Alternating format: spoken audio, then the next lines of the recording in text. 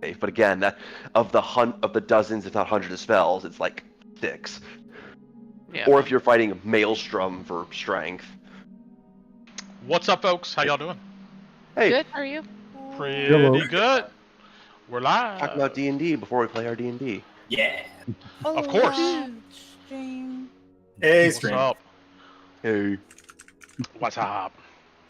What were you guys talking about? Talking about some of the new rules. I was complaining how my big D&D hot take is I wish that after like 10 years or so of 5e, they kind of made intelligence like it was in previous editions, where it also gives you bonus languages and bonus skills.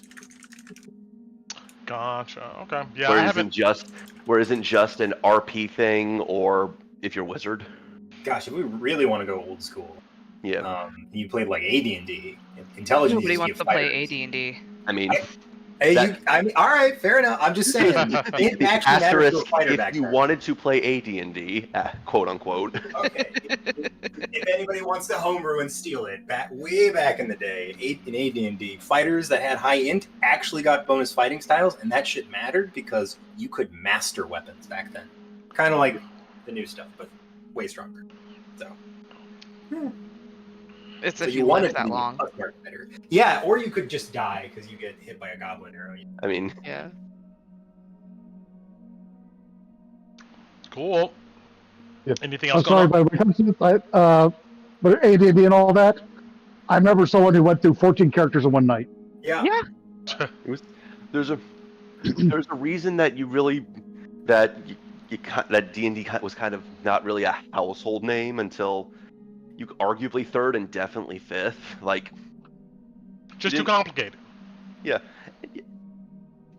and too hard. it's always been a math. It's always been a bit of a math game, and the math was not in your favor until a bit late, until the 2000s. Yeah, I don't have like too much experience playing like the older editions, like Advanced D&D. I started with 3rd, and then like 3.5, kind of skipped over 4th, did mostly 5th, and of course I played like other systems and stuff, all in between then. I thought that Star Wars had a good 3rd edition game. You guys ever play that? Empire, something like that? Yeah. I've heard of that one. I never had the luxury to play it, unfortunately. Oh, the system was like super detailed. It really fleshed out all the different stuff. You become a Jedi, obviously, all that type of stuff. But I remember it was like really fun. Like the mechanics and everything was great. And then they switched to a different system. I don't know if it was like a D6 system or some type of like epic system or something like that. I don't know. Well, that was the original Western Games D6 system.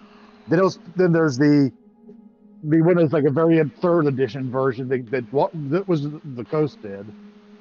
Then there's a Saga edition I think that came after that, and then it jumped to another company. Yeah, it jumped to another company, and then they came out with like a bunch of stuff, and lost interest. You know what they need to do? They've been doing it, but I feel like Vampire the Masquerade needs like some love and attention, but I don't know if like today you can get away with a lot of stuff that was in Vampire the Masquerade. It was pretty dark. Yeah. It was super dark. You can go places with the lore and stuff in that game. That was fun though. Which game? Vampire the Masquerade. I was just thinking, I haven't actually had a good campaign. Whole of World of BPM. Darkness setting, like vampire, hunters, werewolf. Oh, you become a vampire. It depends, but like the traditional one is you somehow turn into a vampire, and you have to pretty much like navigate The that. traditional one was I like, love that song. The it's like urban, kind of Brian. quote unquote urban fantasy. Vampires kind of exist amongst people. You become a vampire of certain groups. They have their whole history of what's going on, and then they added other stuff. Adding on to that, I think there's a lot. Having like that, Call of Cthulhu, and even like some of the Warhammer games, I think there's just more games that could benefit from a D10 system, because D10 that was a D8 system. Yeah. Didn't they just come out with a new vampire I think they're like edition, yes. yeah, they had after Masquerade it was Requiem, right? And then then I lost track after that. I don't know. I think that's the new system that's out right now. Oh, okay. But they're in like the 5th version. Like they're 5th or 6th right now, Yeah. I believe, for iteration. But like again, like D8's D10. I haven't had as much with D8, but I know playing some D10 system games, those can be a lot of fun too. Yeah, the thing about Vampire was that, like, my introduction to Vampire the Masquerade was, like, it appears to be, like, a combat game. But, you learn very quickly, like... You don't want to fight in that game. You don't want to fight, like, anything, No. really. Besides, like, maybe a bum on the street, That's my It's experience still with questionable. That's my experience with Call of Cthulhu. It's like you can make it a combat game. You're not gonna live. It's gonna be a very short game for your character, but Yeah, have backups. yeah, Yeah, you ran into a werewolf, it was game, yeah. Oh, look at that. You better hope that cultist doesn't suddenly start looking a little green around the gills or start turning taller than he should. Yeah. Otherwise, that combat's gonna change very quickly. And Vampire Hunter, with the one where you were the actual hunters, I forget what that one was called. Like, was it the Awakening or something? I don't know. I forget what else. Hunter the Reckoning. Hunter the Reckoning. That was even harder because you were a human, trying to fight vampires and shit. Like it said on the inside cover, you're not people. You're sheep with shotguns. Yeah. But it was fun in its own right. But all right. Might as well go ahead and get into a recap here. We're gonna hop back into Dungeons of Drakkenheim. Dun dun dun! Lightning strikes, haze flows. Who wants to go ahead and give a recap here? Who wants to do it? Last session was the first one I'll back, so I can try to do a recap at least of what's going on. Awesome. Thank you. Cool. So, leading up onto this, we are still... Our intrepid adventurers are still trying to make a name for themselves, but as they do, they are finding that they're getting a bit of notice and getting some requests, mostly because they're asking for them from the different groups. The Amethyst Academy wants to make some deals with the local dwarfs mining up the delirium in the city. We have the Hooded Lanterns wanting to see what's going on with their potion cellar, and then the Queensmen wanting to poach them because they believe that they are strong enough for those potions. And then the two sides of what's essentially of the same religious faction of the Silver Flame and the Falling Fire, both wanting a legendary artifact of Saint Vitruvio, who is a very important religious figure in that quote unquote religion, or at least the version that they're referencing. We decided that due to timing and the fact that that's a very shiny scepter somewhere in the town, that we took the religious mission and went to the chapel of which it was last seen.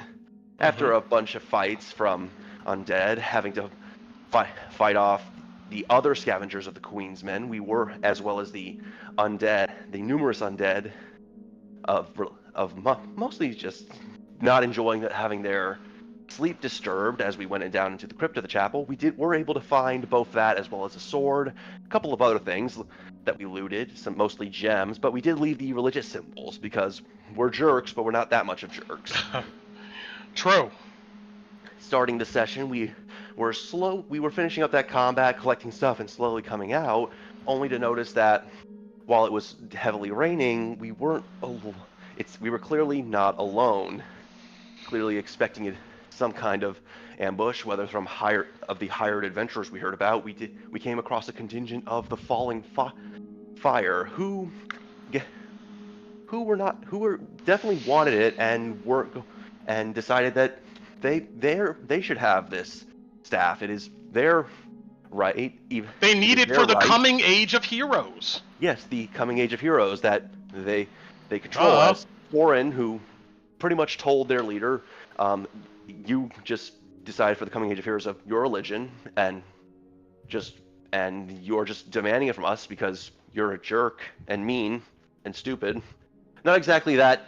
No, you said it a lot meaner. Like that. You said it a lot meaner. Yeah, not as nice, but basically basically he called them a bunch of pile of stupid, and they took exception to that, so we fought, which led to having to fight the bunch of cultists as well as their leader, who was casting magic, as they tried to go after Tinu, who was shining very, very brightly, as she had what they were looking for.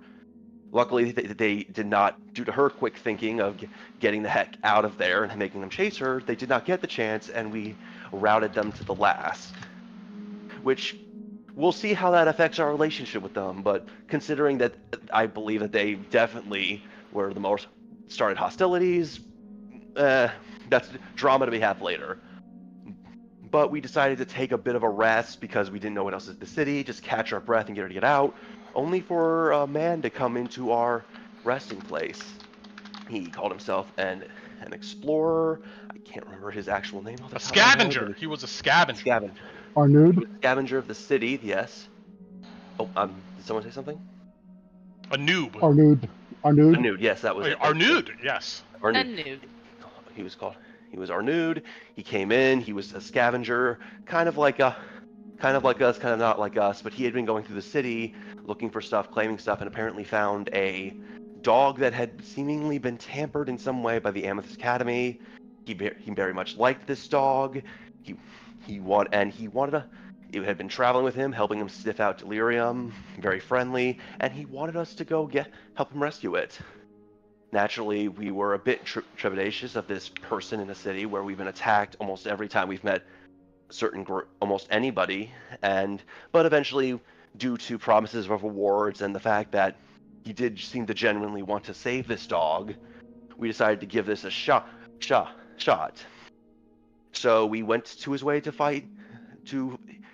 confront his kidnappers, who were a bunch of Minotaur pirates who had set themselves up inside the city, also probably to loot.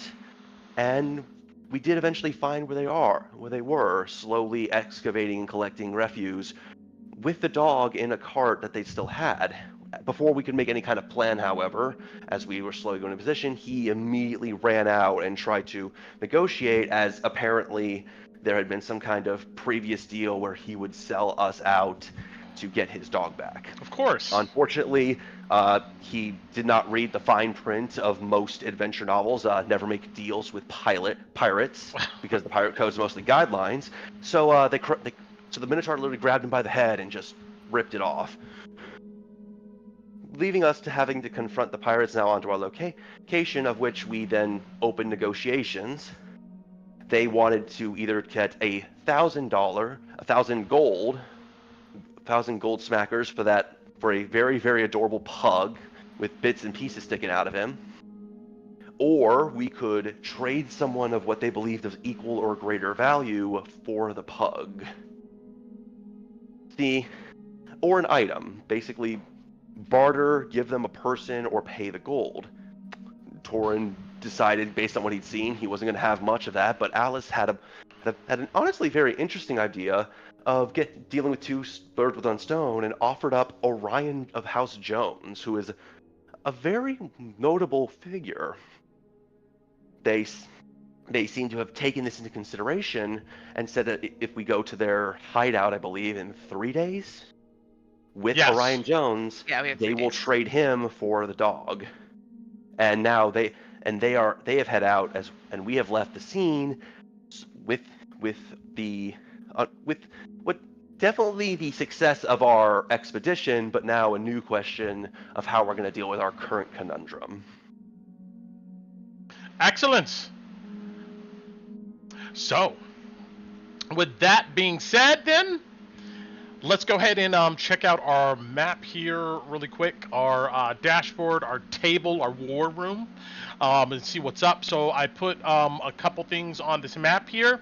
So Arnud, before he got his head punctured, told you guys that he had a stash box of some magical quiver and pretty much tatters of a spell book, and he marked that on you guys' map. I also have it on the larger map too. Very luckily, we were able to convince him to give us that before he did what he did. Yes, as you guys can see, it's it's a bit far away, and it's of course across to the Duran River here. And then these kind of X marks right here the Minotaur marked in blood, where they want you guys at least to come and bring this Orion Joes apparently, who can who's worth more than a dog. Also, I went ahead and I removed this item over here about the book. It hasn't been brought up in a while, so I don't think anybody was doing anything with that. So just keep it clear. I'll put that stuff there. And then, of course, we have on our custom goals list, get Venus, the dog, back. And also kind of shorthanded these other things, capture Nemra Broadbow, and discover the identity of Camilla von Kessel. So those are 3 things we got going. Oh, so the question was the original tome of that Dreams book, I believe it was. Yes. Yeah. Okay. I just wanted to make sure, and also I think just make sure because Tina brought up, especially because Tina brought up the camera. I don't think. That is at the Rose Theater, and that's associated with a personal quest. Your camera. No, your camera. This is not in game. Huh? What? Wait. We want to see your lovely face. Oh, I'm sorry. All right, yeah. Oh, my bad. I forgot to post it. I was like, camera? Or to talk about the movie thing? Okay, gotcha. Okay. Your camera. Overarching, omniscient figure of this world. We want to see your wonderful face as you decide our fate. We're used to seeing God's face as he talks to us. We want to relish in you relishing trying to kill us. Yes. Nice. Actually. Gotta remember not to pick my nose. No, I'm joking. Yeah. But anyway. Alright. So let's go ahead and hop back into it. So you guys, let's go ahead and before I continue on, move over to the map we'll be working with here. Our Drakkenheim map. You guys left the Minotaurs to their own business. When you guys arrived, they looked like they were ransacking some maybe adventurers camp or something. And, of course, they watched you guys leave, made sure that you were gone, and you now have something interesting to go ahead and do. But I would also say, Thorin, with his limited ability, would also make sure that they're not they're keeping their end. They're not trying to blindside us from the back after making this deal, because still pirates, and from what I remember Louis telling him, these aren't exactly the most honorable of thieves, quote unquote. True. Well, we're gonna say that you guys, kind of was over here, dealing with them. On our map, I can, ping everybody there. And but that's right, you guys still got to go ahead and make it back. So let me Yeah, you said it was 5:30. Yeah, it's 5:30. Still gotta get home. It's late. Yeah. Let's see if we run into anything fun. Blink and. Ati, don't roll your 1. Let's really want to have more fun, 2640.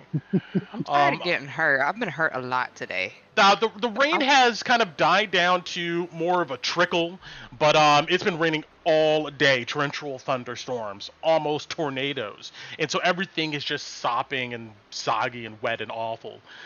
Still overcast skies, but it's not raining heavy enough for there to be heavy precipitation. Mechanics and stuff go into effect, so that's gone. So let me see here. You guys, I imagine, are tracking back that way, then that way, then. All right, so we only got one more check. Let's go ahead and see if you guys run into anything, as you guys looks like taking the main thoroughfare here through at least the outskirts, the kind of farmlands and stuff around Drakkenheim. So everybody, give me a d20 roll, and let's see if we get a 1. A 20. Oh no, Dino. Is 20 bad too? No, but that's You're good. We could have saved the 20 for something else for you. I know. The dice wanted you to roll that 20, Tinu. It's okay. Dice never lie. Remember that. Poppy, cat, and me run. I mean, dice lies, but Tina wants to get home. I don't She's lie. walking Don't fast. That's what that is. Tina's like, I'm tired. I want to go home. Hurry. Alright, let's see here.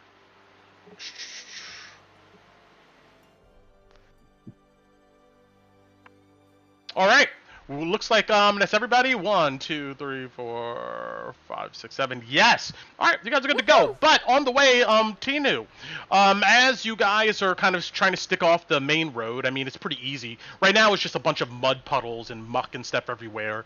You trip over something. Go ahead and roll me D100. Give me something good. 53. Go. Better than average. You guys pass what looks to be a dilapidated kind of gazebo that is in a small little town square. It looks like maybe at one point it was like a shrine or something to the divine light. But it catches your eye, and you kind of stumble over there, and there's steps that lead up to it, and all around the steps it looks like in some time long ago, obviously more than a decade now, people maybe used to leave trinkets and items and whatnot for good luck from the divine light. And you find a small figurine of what looks to be a dragon, a gold dragon, and it's worth about 50 gold pieces. So there you go. Oh shit! Cha-ching! Hey. But there seems to be nothing else of value. Okay. I leave a bracelet in place of the dragon and thank the gods for helping us. You do such, and link back up with the group as you guys continue on, leaving Drakkenheim behind. The rain, like I said, has turned into a light drizzle with cool breezes kind of sweeping across the landscape. You all stand at the crest of a hill that dips down into a small valley, and at the horizon you can see the structures that make up Emberwood. You made it out of Drakkenheim this time. You begin covering the last 30 minutes or so back to the grimy town, and just as a reminder, Emberwood is about 5 miles outside of Drakkenheim. It's about a 2-hour walk back. Like indicated, the ground is muddy. You find your feet sinking into deep pools of water, just soaking you even more. The breeze is chilly, and the sun at this point sits low in the sky. You know, like in a couple hours or so it'll be dark. It's about 6:30 or so now. You hit the road that goes past the ruined mining guild that you now call home. You know, if you keep going, eventually you're going to pass Hendrick's farm off the side of the road, and then you'll hit Emberwood. Where are you guys going? What you're doing? We're going to the chapel, right? We can't order. Are we keeping it? And we need tomorrow to drop it off. I mean, I think we should at least let them know that, like, nobody else has it, because I know they were very concerned about that. I think we took care of anybody that knows we have it, so I don't think we'll have to worry about anybody figuring us having it. Considering that they saw us and the falling fire immediately attack us, if we might need to consider them where we go. That's true. I don't think it's beyond them to gather up another mob or a bigger mob and try to rip it from us. Dead, most likely dead, maybe alive. We talking about the fallen fire folks? Yeah. Okay. Yeah. But they're all. Didn't we kill everyone? Are they all dead? We killed a group. We killed a mob. Not all of them. We killed a mob and a caster that we've never really seen before. Like they definitely have more people. We have not met one of their. What's the death toll count? How many people have we killed at this point? Like 20, 30? Hold on. I don't believe that's not enough. I think everyone who's seen us with that thing in our hands is dead. So that's a good thing. I think if we go, I don't think they're gonna let us leave with that Kala. I mean, don't we want to go so they can take care of you too, Lou? We have to get him seen to. Right. Whatever. I mean, should I unattune them? I don't want to give it to them, but I will. Honestly, it's at this point, based on the factions, it might it's powerful, but keeping it might be more trouble than it's worth. It absolutely paints a target over our head. And at this point, I definitely don't want the other people that have been going after it to get it. And I would also we recommend. need to Also, sell apparently, it makes you recognizable on sight, which was not something we expected. I think they just recognized because she was glowing, which Yeah, she's but not like now. the fact Yeah. that this thing is apparently this thing has a light, puts a quote unquote light above our head that others can recognize. Okay. Does And we it? also may But want they, to but get they. Oh, sorry. Go ahead, Body. I was going to say, we also may want to get the town to exchange all of those gemstones into cash that is not easily recognizable as funeral goods. Yeah, that's. Yeah, I Yeah. don't think we can pay the church with those. We have to get we enough. rated for a scepter and a bunch of stuff that we probably shouldn't have. We need to offload some of this before we get in trouble. You know, I mean, one idea. need to really kind of heal scratched the back of those. the neck. If you all, want to keep, treasure, and from what I can tell from Orphelia, I think that's her name at least, she seems the helping kind. Maybe because we're out on a whole mission and we're helping her and we give her back the scepter, maybe she'd cure this without needing the cost. And then Take that as a hazard pay, quote unquote, extra reward for good service. Well, we can say in our duties, some of us came into contact with the corrupting influence, and she'd clearly want to heal the people that's helping her. They're going to go see her Knight Captain or whatever his name is. We did mention paying them for the services, or at least bringing materials and stuff, which I don't think we have the materials, so we may have to pay for those. I'm just saying that if I were her and we're all goody-goody, then I think it's in her best interest to help us without us having to take out a hefty loan of 1,000 gold or whatever the hell. I don't know if we're fully goody-goody with anybody yet. Yeah, especially if they start asking where the scepter is, and we start delaying producing it. If I produce it and I'm still attuned to it and they try to lift it, they can't carry it. Yeah. It weighs. Well, Yeah. If we told them we give it to them, if we say that we tuned it for safekeeping, then maybe that's a negotiable point.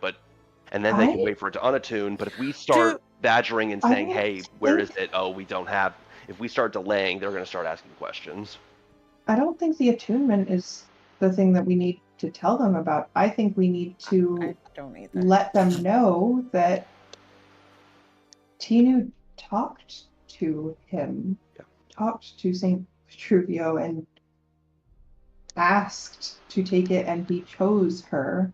I think with that information, that's our biggest card. But I don't think it has anything to do with who has attuned it or who's using it. Honestly, if we prove in their favor, and I know a lot of us are going to have a groan and a sigh for saying this, but helping their quote-unquote cause, they may let us keep it if we help further their ends as a quote-unquote faction in the alliance with them. But I mean, if we're really wanting to keep it and still get Lulu taken care of, we have Ron's old witch lady, too. Yeah.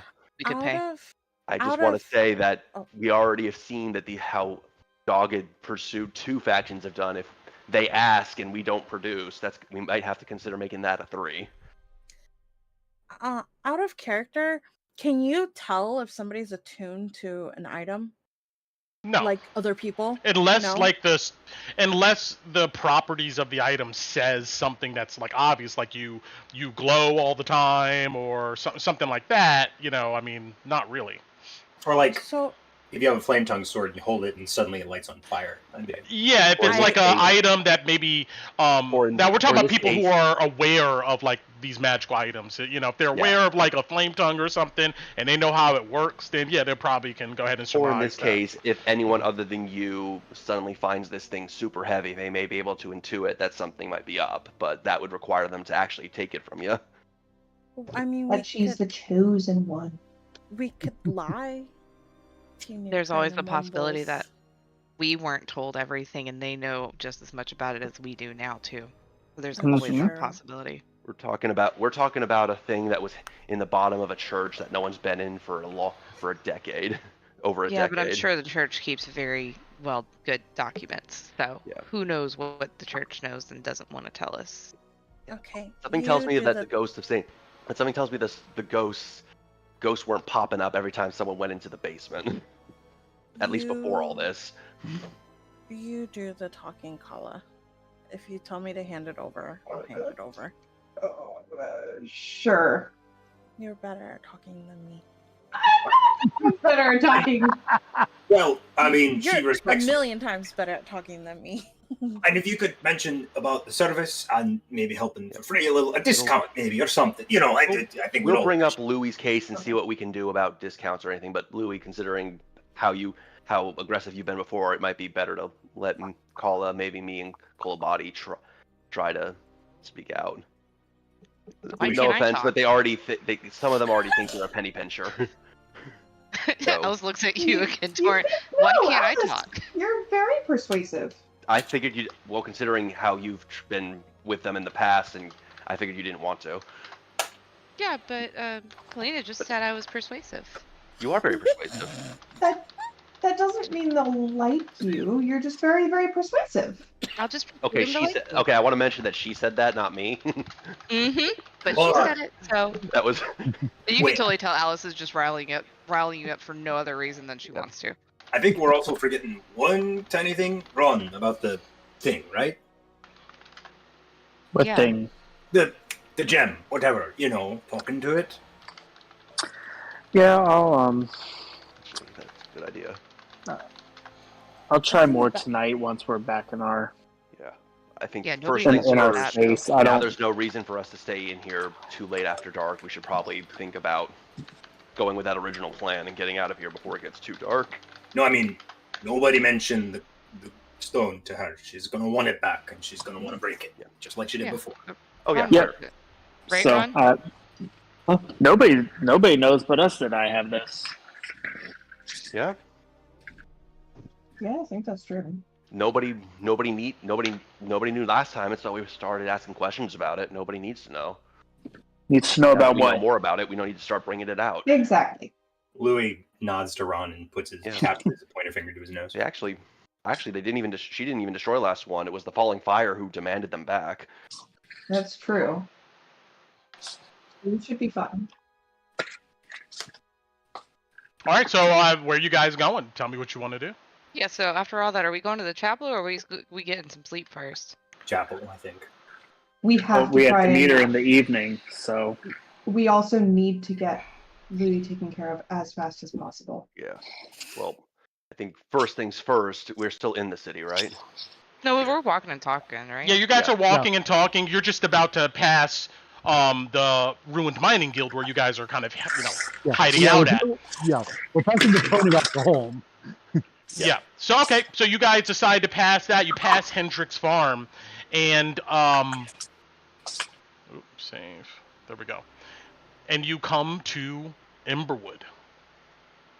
I also put in the events and leads channel that Arnold, before his head got punctured, he did tell you guys that he saw what looked Academy Mage's setup at College Gate, and that's where he found the ruined textbook, ruined spellbook. So just pointing that out. Thank you. Should we stop at Caravan Court on the way to sell those gems in case the church won't do it, and then we can pay to get it done? I don't. I don't think the church cares about needs to know about anything other than the scepter and Louis. Should we come down to it? That was outside of our agreement with them. Yeah. Okay. A good call, Tina. Also, I don't think they're much of a fence anyway, so. Emberwood streets right now are it's just a muddy mess. As you guys come in, let me turn up the lights.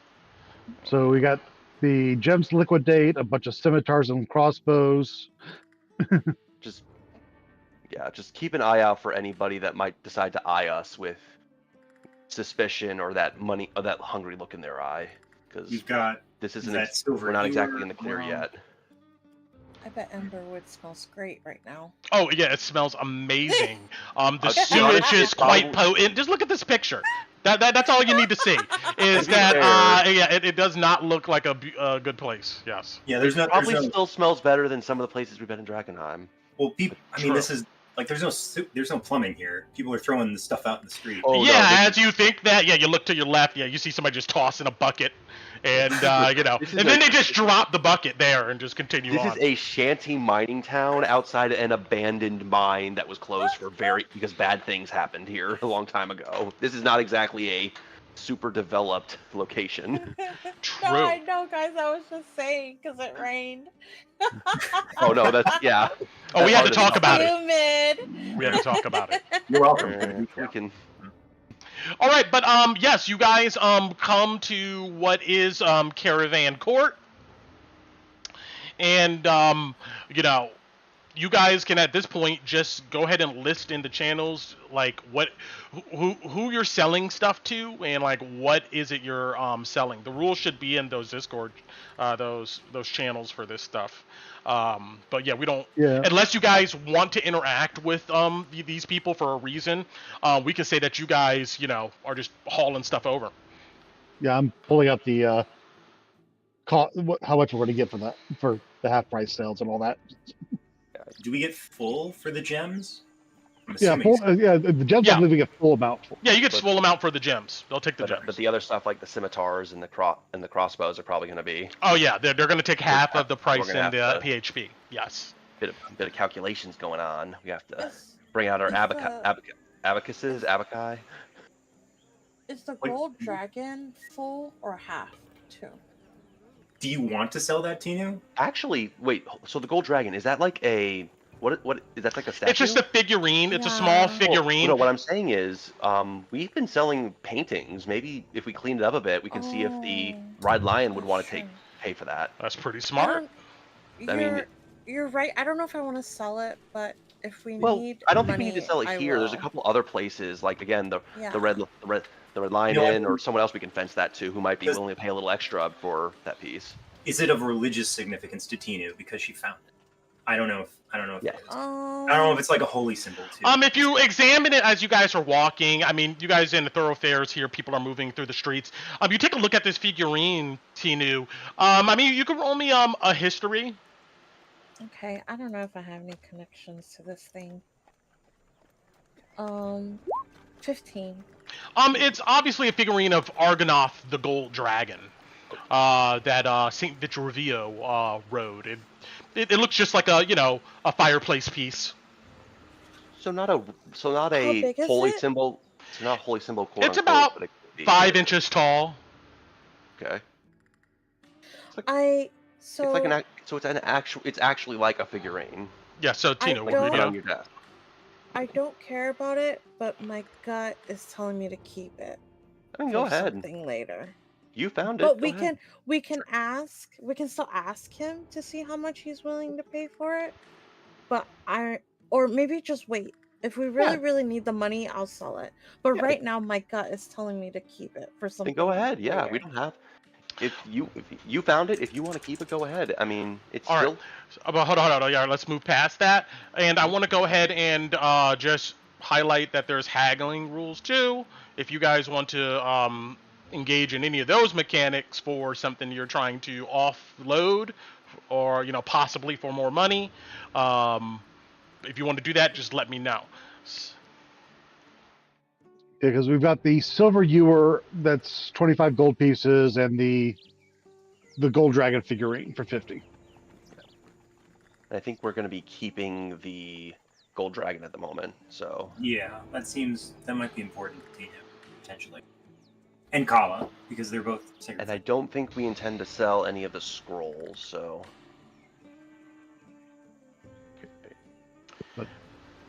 But I just put the weapon calculations of what our final sale price is on them. Right. Yep. So. So Gainsbury, they, like I said, they buy items for half of the cost in the PHP. So Brent, whatever. I missed it because I had to step away for a second. I'm so sorry. What time did we make it? You guys got back here. What did I say? I think it was like 5:30. We'll say about 6:30 now. You guys are here.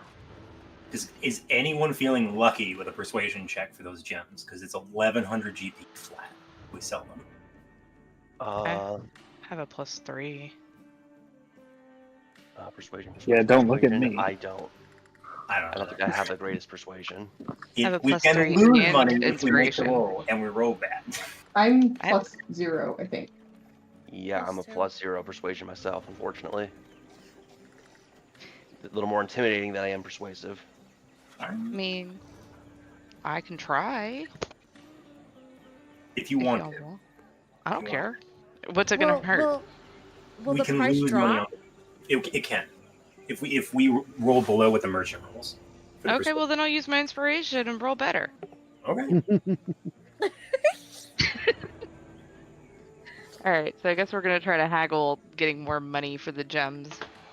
All right, hold on 1 second. I was about to say, where are these? So if you go to under DoD items purchased, there's a thread that says haggling. At least for me, it's way at the bottom. And Under items purchased? yeah, it says DoD items purchased, and if you scroll down, you should see it say haggling way at the bottom. Got it. Okay. And Thank you. yeah, 1 second.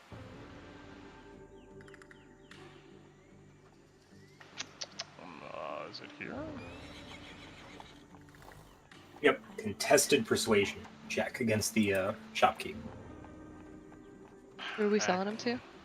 So essentially, you guys are like on the street, and you're looking around at different adventures, people at different stalls and stands trying to buy stuff, and maybe you pick out. I'm about to roll it in a second, but maybe you pick out a guy or a gal who seems like they may have some coin they want to come up off of. Since I know Alice is I actively know she's doing this. Can I give her guidance for this? Yes. Is this the right thing? Okay. I touch you and I give you guidance. Make a lot of money, Alice. Those gems are important. We could definitely use it. Who are we selling this to?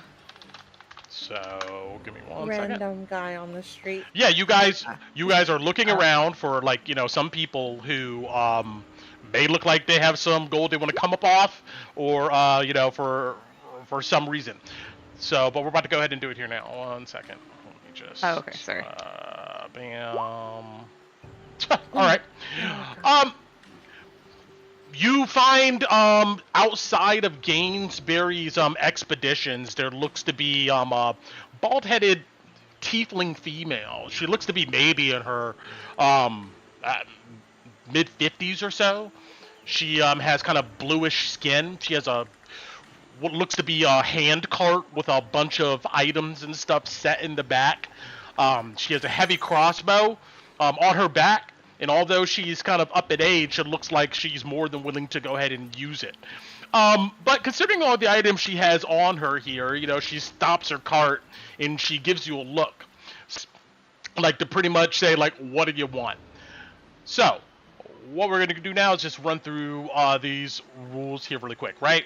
So, you and this lady are trying to get the best deal, right? Upper limit is the most you can get.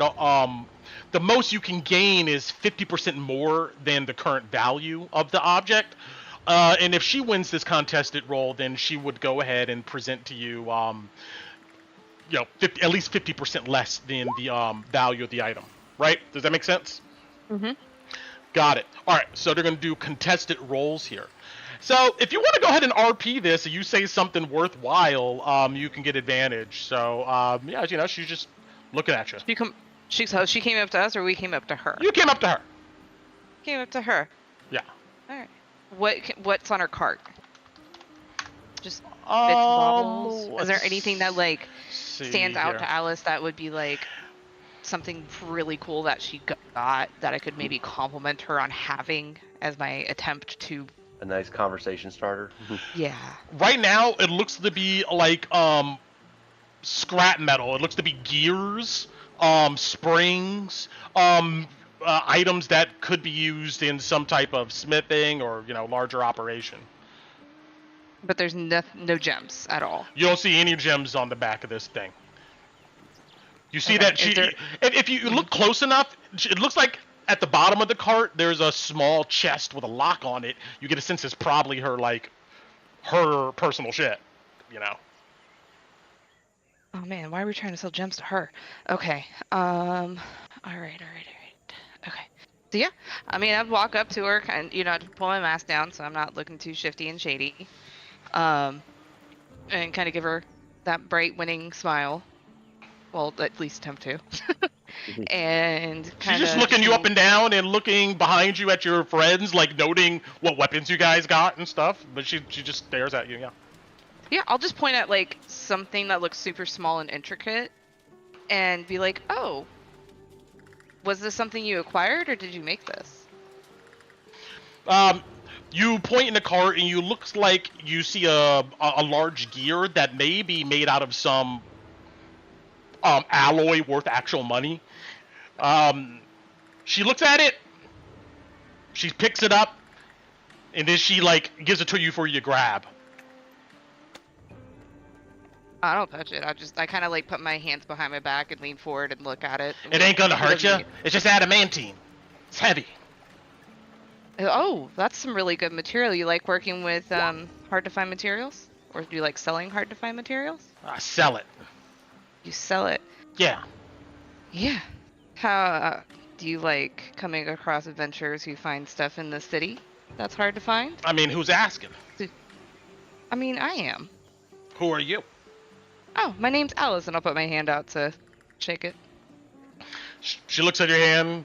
She looks at you. What do you want? All right, look, I'm trying. We found some gems, and I'll hold one up. Trying to see if there's anybody who sees some value in them that wants to take them off our hands for some coin. You look to be somebody who has a good eye for good materials, so... I'm going to see the dwarves. Ooh. They'll probably love this then. Because you see, and she'll point back at Louis. I had a really hard time telling him we had to sell these. Because we got to eat. But he would rather, keep them or something. Really hard to get it. You say anything, Louis?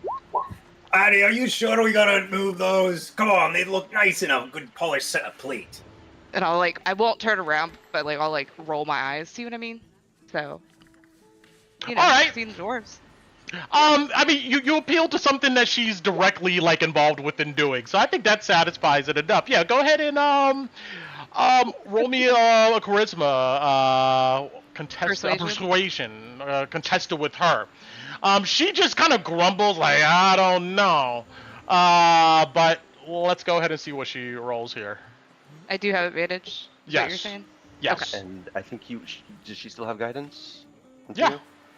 All right. Guidance advantage on the D4. The D4. God dang. Okay. Yeah. Oh, no. I'm gonna be using my Can I use my inspiration to re-roll that? Sure. Do I still get advantage on the re-roll or no? No. Use yours word. Okay. Come on, Alice. All right. Green number. Oh my god! Oh, no. Got a D4, I guess. D4. Okay. Whatever. So she got a 20. So how does work is what? 20 minus 12. That is 8, right? So yeah. 14 with it is 14 with the guidance. Oh, I'm sorry. 14 with the guidance. My bad. 6. So the difference is 6 in that, right? 15%. Yeah, so you do the math on that 1100 times 0.15. That will give you. She just looks at you and she goes, I heard that the dwarves are looking for machine parts, all right? Mm-hmm. Maybe they'll take this. Too. Yeah. But yeah, that's all. That's all she's gonna go ahead and offer. She offers you 935 gold instead of the 11. Is that enough? Oh, it's under? Yeah, it's under what the gems are. Yeah, we're dealing with a pretty decent she would look back at Louis. So yeah. Look back at Louis. So at this point, you can either accept the price, or you can reject it. You can try to haggle with her again, but it's at disadvantage. I ain't trying to haggle with her ass again. You can spend and then do an investigation check and spend 20 minutes or so looking for somebody else. I'll just kind of like, yeah, I'm good. I'll find somebody else who's more interested. She shrugs and just continues on about her business. It's worth a shot. I think we need all of it. Investigate for someone else. Could Torin try with that? Oh, I'm not trying to investigation. I'm not good at that. So if you're gonna do that, then Torin, you're gonna spend the next 20 minutes kind of walking around, like looking for a worthy like somebody who looks like maybe they have some money or some investment in this. Are we willing for Torin to try that, or? But the rest of the people can do something else while that's going on. If we've got time, then yeah, sure. I think we have time, right? Or Ophelia comes pretty late to the. You got time. Yeah. All right, I will. If everyone's willing for it, I will roll and give it a shot. Yeah, give me an investigation first. DC's 15 is what I'm looking for. Give you guidance because you asked us. Oh my gosh. All right, you spend 20 minutes looking around. I'm going to use. You know what? I want to get a decent deal. I'm going to use my inspiration from the start of this, from the recap. Got it. I'm not taking that. I'm going to. Come on, give me something. We're going to burn it all out right now. There we go. And then I will G4 just if that helps at all. Oh, no, you're fine. I needed a 15. But Tinu gave me that guidance. I'm going to use it. I'm not. Got it. If only to say that to tell her that it did indeed help. So it takes you only about 20 minutes or so to find someone else. Hold on a second. Let me see who's on deck here. Are we all with him looking around, or is he by himself? I mean, you guys can be following him around. Yeah, it's He's gonna link arms with you, and I'm gonna cast guidance again before you approach him. I'm gonna assume that you guys have sold your other items and stuff. Maybe by this point, so we don't have to deal with that. So okay, yeah, you come across a 16-year-old skinny guy. He says his name is Donald, and you note that somewhere maybe in the ruins, or who knows, off of a dead adventure, he's found himself a pirate hat. It's dirty, it's red, and it has a broken blue feather on it. You see he has big blue eyes, but he doesn't look stupid. You see he carries a backpack on him. He has some things, hanging off of it. He goes, "What's up?"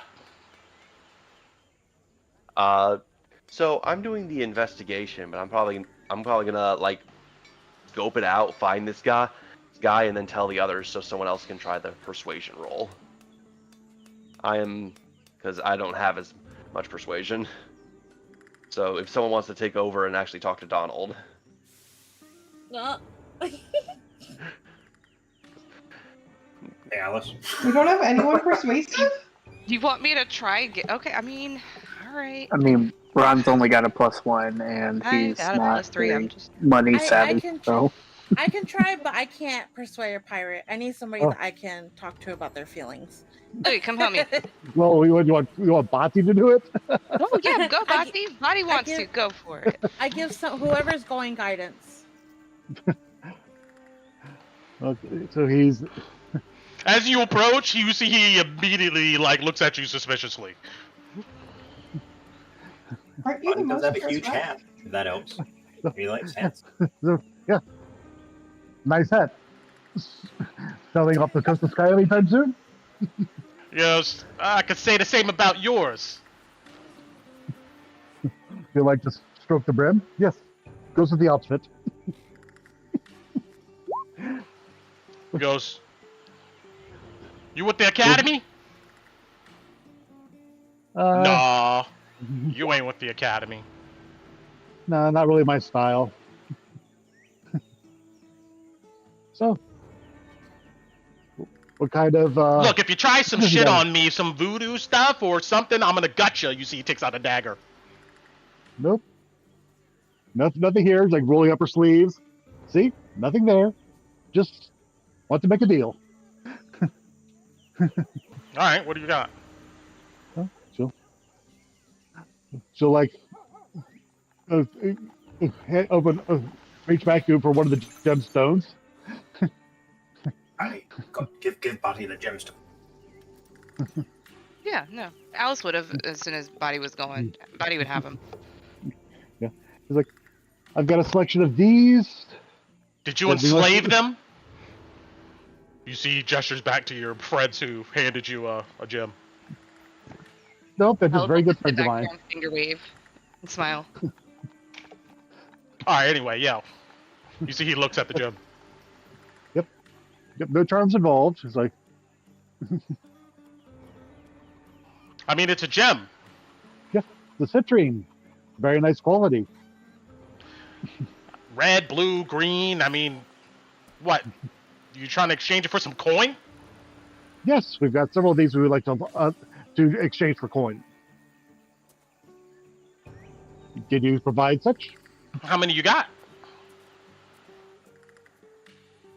Well, we've got well over 20. Why don't you just go to... Wait a minute. Why don't you just go over to Gainsbury? Why are you asking me about some gems? They're cursed, aren't they? Nope, no curses here. How do you know? Because, obviously, I can hand it off to people. Oh. Well, wait. What if when I... It just tend to stick around. They do? Oh.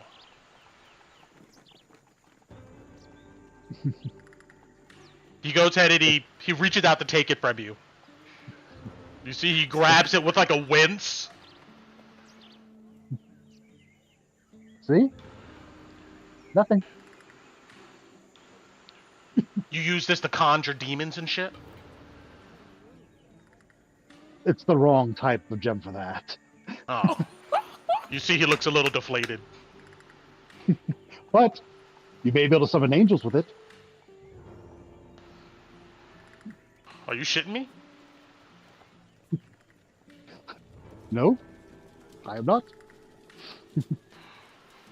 Now I know that you're talking very specifically about like maybe a possible spell component, but he like looks at you to see like what your intention is. He's gonna insight you. Okay. Hold on, let me. What did they say here? Okay. I love how the D20 plus 1, 10. Went from a bit awkward to wholesome.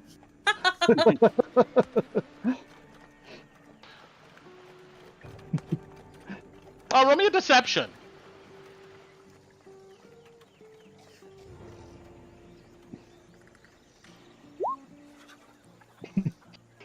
He goes, you got 20 of these bad boys? That I do. If you've got the coin. Hold on a second. You see he thumbs his nose and he walks a little bit away from you guys. He digs in, he takes his bag off and he digs into it, making sure you guys can't see what he's rummaging around for. But go ahead and roll me that persuasion. With advantage. This guy here, let's see. Straight roll. What the hell? Oh! Yes. Anyone got any inspiration they can give me? Not anymore. Nope.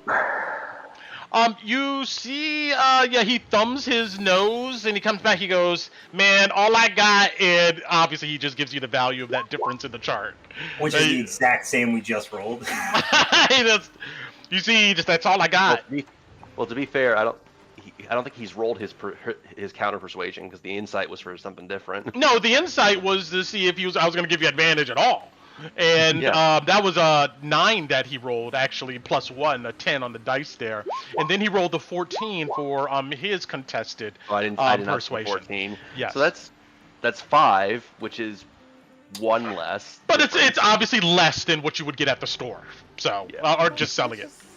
Let's just go sell it to the store. Yeah, yeah. This one I think is like, I think we'll test out. We'll check around and see what other deals we might be able to get. But dude, keep up the good work. He goes, man, whatever. And you see he just grabs his bag and he goes off. I like your pirate hat. Okay, so we got 1,100. Just go. I think it's just at this point, just go for straight sale. Yeah. It's almost 7 p.m. now. Do you guys want to wait until after we talk to Ophelia about the cure cost and then split it up? What do you guys want to do? That's probably a good idea, especially if we. That's fine. Yeah, just get a total number for the day. That works. Agreed. Okay, cool. All right, so I'm sorry, where are you guys going? To a church. Oh, gotcha. Chapel of Saint Ardina.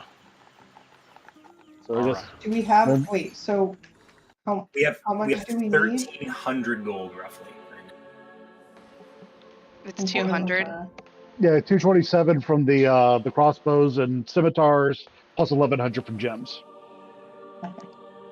Or is it 300? Is that enough? How much was it? It was.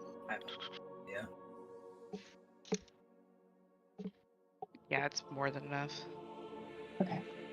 We definitely have enough, but I'll look it up while you guys, because Alice isn't going to be talking much during this, anyways. Yes, you guys walk in. Do you all go inside?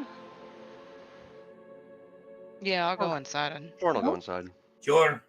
I would have put the staff in the bag of holding. I don't want it out.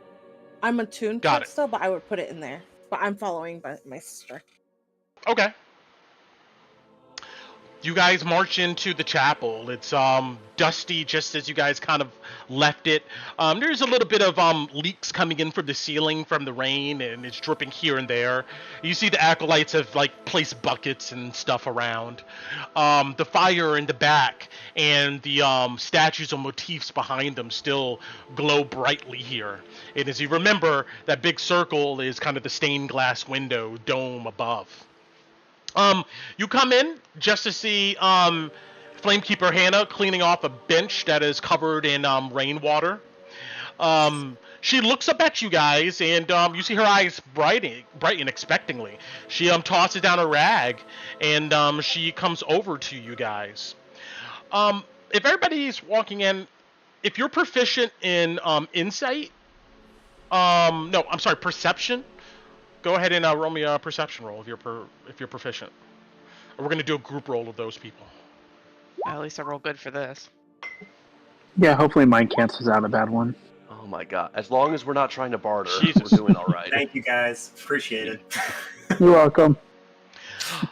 You see sitting at the pews up here to the north, there are two individuals that look to be dressed in rags.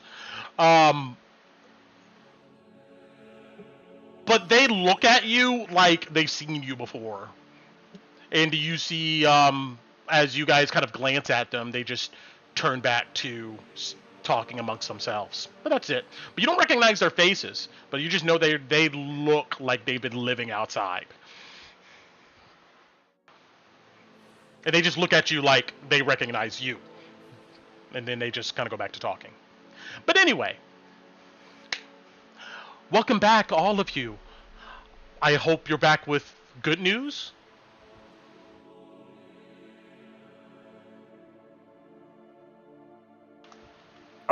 Kalina, I think she's told me.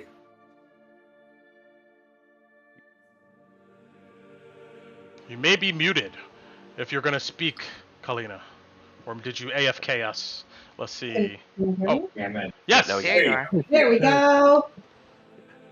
Sorry. My physical mic was muted. That's fine. That happens.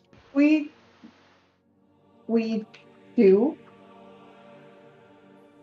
Wait, I'm gonna look at Tinu though, because I want to know if she's fully prepared for this. Yeah. You know, Kala, that anything you do, Tinu trusts you 100%, and if you want to do something, I will always do it with you. You would know this. Okay.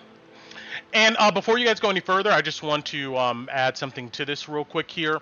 When you guys approached from outside, you guys did see that here is the white wagon with obviously of the sacred flame that you've seen Ophelia arrive in, and also that Griffin rider. But you don't see her outside, obviously. Okay. But anyway, yeah. Hannah looks at you guys. Well, we do have quite a bit to talk to Head Innkeeper Ophelia about if she's in. It looked like she had arrived. Yes. She's in the back right now. We're getting a new shipment of goods in. Of course, so we can heal the sick here and do the best we can for Emberwood. Possible for us to meet up with her? Or... That sounds like good news. You see that Good and bad. We have good news to share, but we also have someone in need of healing. Oh. You see that she nods and she says, "Follow me." And she leads, of course, you back to the back room here, the office that you guys have been in several times before. She opens it and steps in, and you see here. Oop, there we go. Sits Ophelia looking over some ledgers. You note that the chest in the corner of this room is open, and when you guys come in, What's in it? She whispers something, and you see it slam shut. But roll me a perception check. Sweet. Yes. I was like 110% right there with Addie. Like that one when episode of SpongeBob when they're looking on the map, just eyes all over it. Like 21. What is it? She's a little too fast for you, Kalina and Louie. But Alice, you it looked like you saw some gold bars. Cool. I'm not gonna say anything or act like I really care, but good, noted. Welcome back, Knifebites. And she gives you guys kind of a warm smile. Please, take a seat. Hannah, close the door. And you see Hannah go over and close the door. She says, "High Flamekeeper, they told us that one of them, or maybe more, may be sick." And you see Ophelia's face turn serious and look at you guys. What kind of sick? Well, we believe that Why couldn't that in the course of our investigation, we may have been exposed to some corruption. She sighs heavily. We were hoping to maybe have to get your services. Of course. Hannah, you see, she looks at you guys and she goes, "Which ones do you think are contaminated?" Sort of look at Loey. Yeah, that'd be me. Horn will kind of nod his head to the side over where Louis is. Please, go with Flamekeeper Hannah. I think a component is holy water. I have a vial of it. Will that help you? Or how much do you need? Let me go ahead and get over to I just posted it in general for you real quick. Right. On top of things.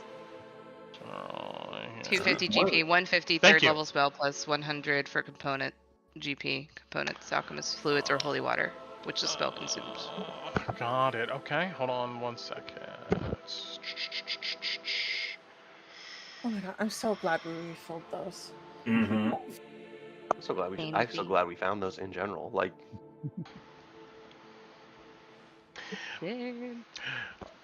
she goes, "Of course we can perform the ritual, but supplies are limited." Holy water, we can take and use that.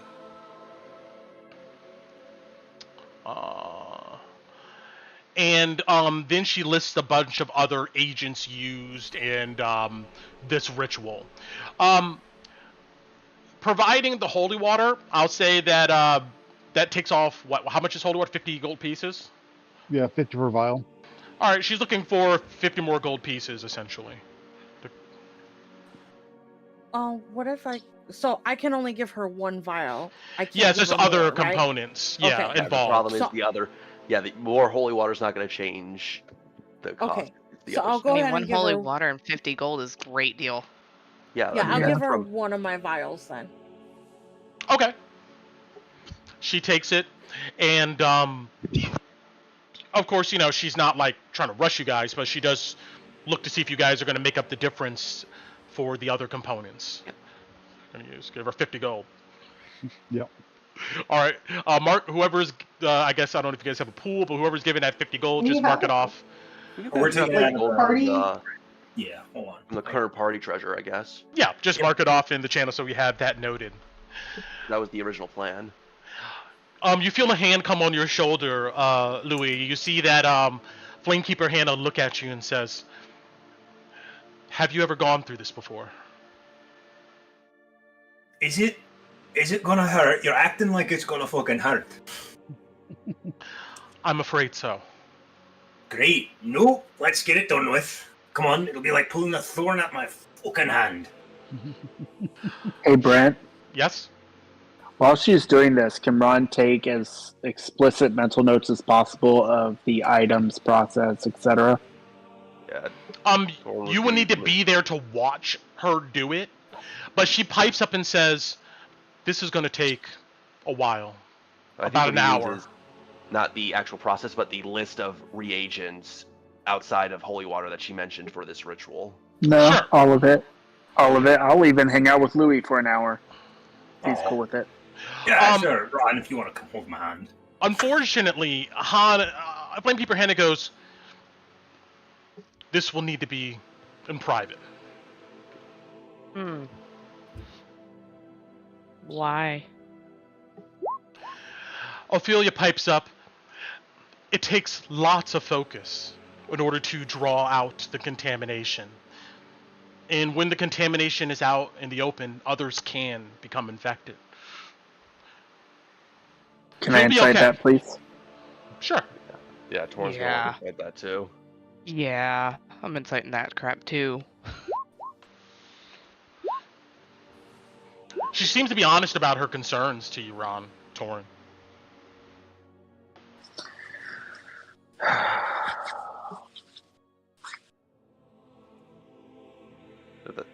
Yeah, Torrin's gonna sigh, but he's gonna go over that list of reagents and stuff she was mentioning as for this, basically what she mentioned for the spell, and he's gonna try to commit that to memory.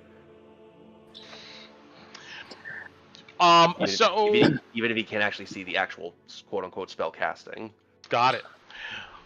So, Louis, she leads you out of the room.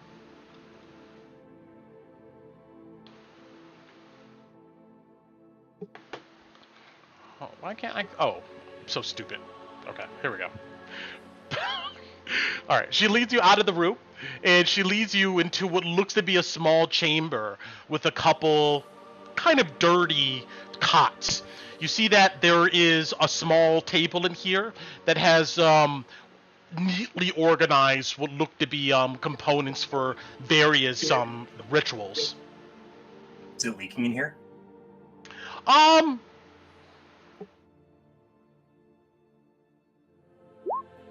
No. Offhandedly, Louis will mention, if you do need help, Tina's pretty handy with one spell that she has to mend things. I don't really understand it myself. I understand your concern, Louis, but I've done this countless times for several years now. If you need help. Maybe we could talk about that, actually. Best to talk to Tina. I don't know any of the magic nonsense. Lay down for me, please. Okay. Do you need me to take off my armor or put down my weapons or any such Yes. thing? I'm going to need you to take off your armor and stuff. Thank you. Okay, sure. And he takes off his bag, he sets it by the cot, starts unstrapping his leather armor. And he sets it all down and lays down. You see she comes over and she goes, "Bridle?" Oh, that much pain. Yes, please. I've had that before. She nods and she pulls out from a drawer what looks to be a long band of bounded leather. Willie opens his mouth. She gently pops it in. And then from under the cot, you see she takes out several what looks to be leather straps. And she begins strapping you to the cot. If you don't like that, I had to... It's okay. Forget it. Just do it. I'm gonna strong constitution. It'll be fine. How you can help me is to relax and try to clear your mind. You got anything to drink?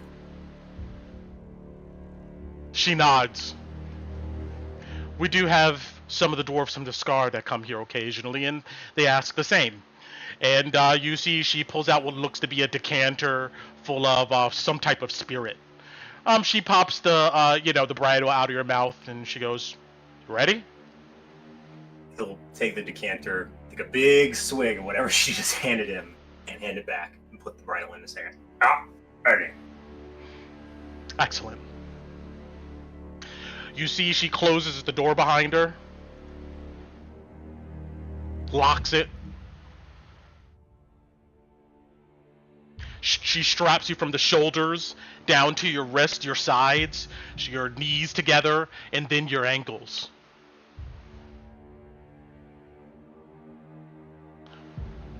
You see she then takes out what looks to be a small holy book.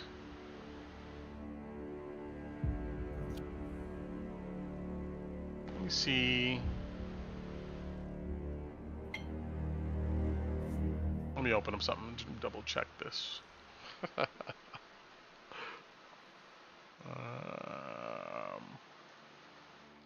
want to see if I don't think they list the individual little components, but maybe they do. There we go.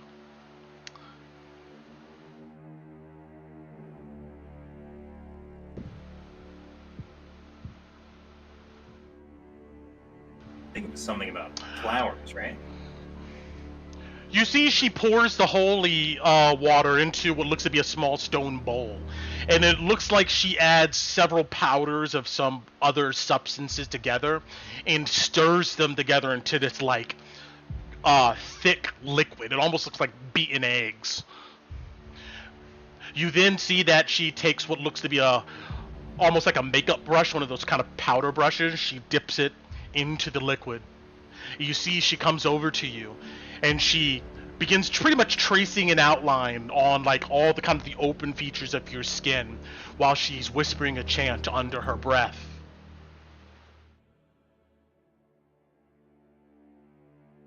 Once she's done with that, you see she then places her hand on your chest. It's warm.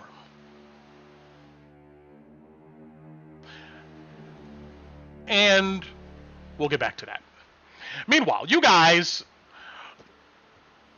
all sit down around the table.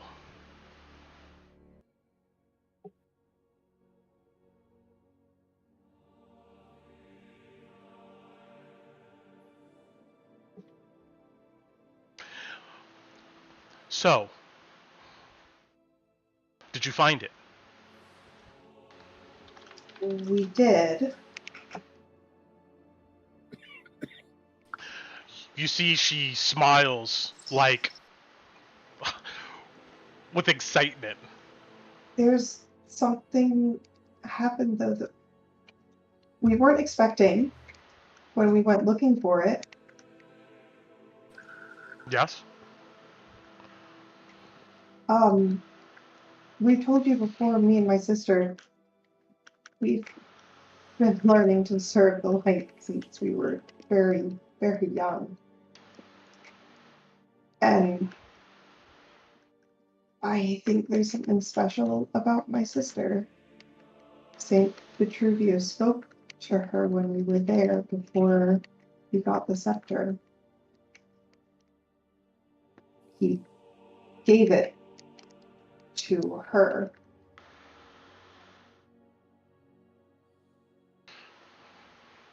You see she furrows her eyebrows and seems to think for a bit.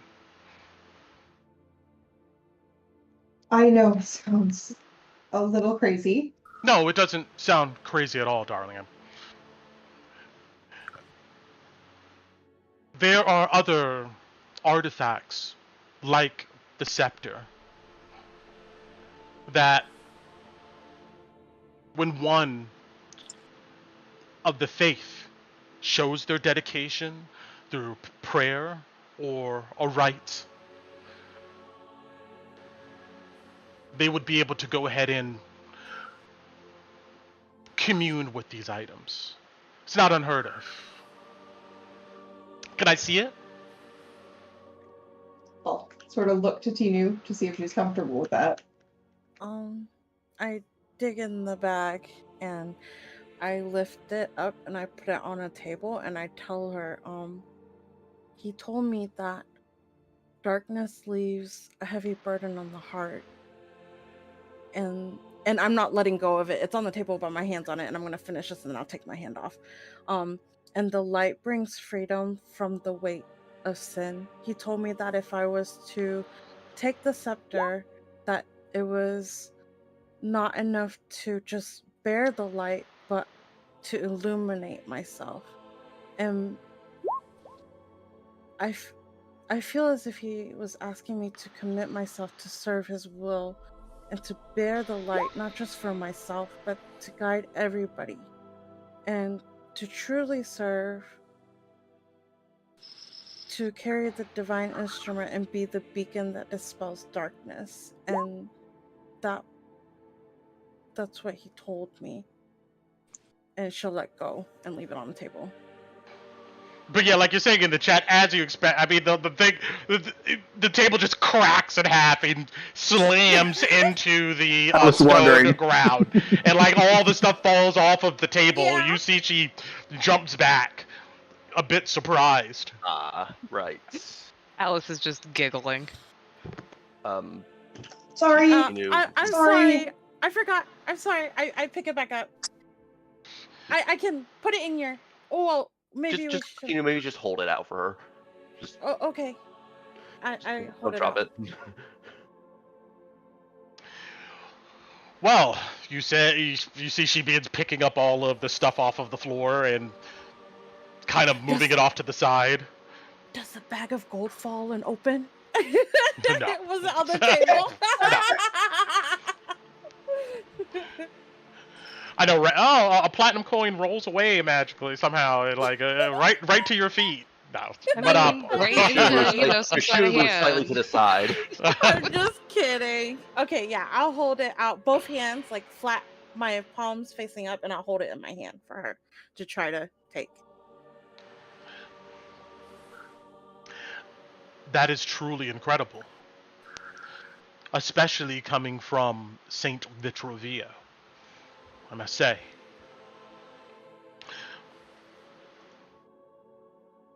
There are other artifacts like these. And I guess only time will tell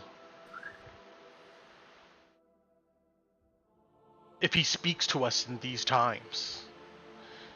It's been almost 500 years since this weapon has been in the hands of the faithful. And we hope after our work is complete, there'll be another 500 years before we have to take it out again. Thank you, Tinu, Kalina, and all of you. This is a big step in the right direction. Here, you see that she pulls from a side of her. It looks like maybe it's like a head shawl that maybe she would use as a hood. but she hands it over to you. It's made of silk. You see that she kind of, while you're holding it, gently wraps up the scepter. How about you hold on to this until morning? I'm sure you're going to keep it safe, considering the trouble you had to go through to acquire it in the first place, and considering the words that were spoken to you by our faithful, our saint. In the morning, all of you can meet us here at sunrise, and I'll be here waiting for you, and you can come to Camp Dawn and give it to Knight Captain Marshall himself. He's going to be excited to meet you. It's not often we get this level of success with adventurers. He's a good man, and he will compensate you for retrieving this. I also told him about your issue with our fallen acolyte, Sylvie, and your brother. He may be able to help, but I decided to let you fill him on the details of that.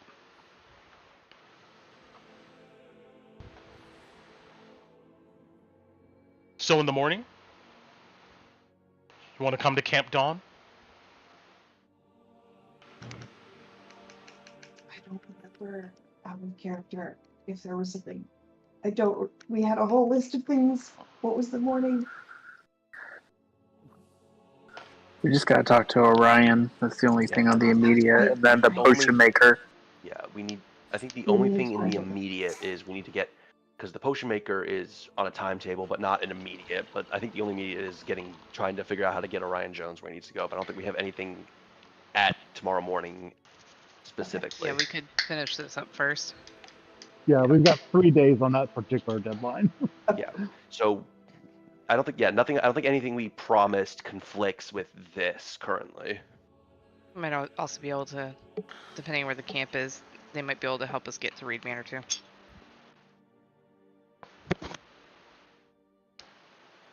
So then I'll kind of nod to her and show that we can meet you then. Excellent. Feel free to wait here for your friend, or you can, of course, come back. Like I said, it'll take us about an hour or so to complete the ritual. It's up to you. You don't mind? I would like to wait for Louis. Oh, we're waiting. Yeah, I don't want to leave without him. Yeah. Of course. So if there's a sitting room that we could stay in the meantime, or you can sit amongst the congregation. There's some people looking at us funny in the congregation.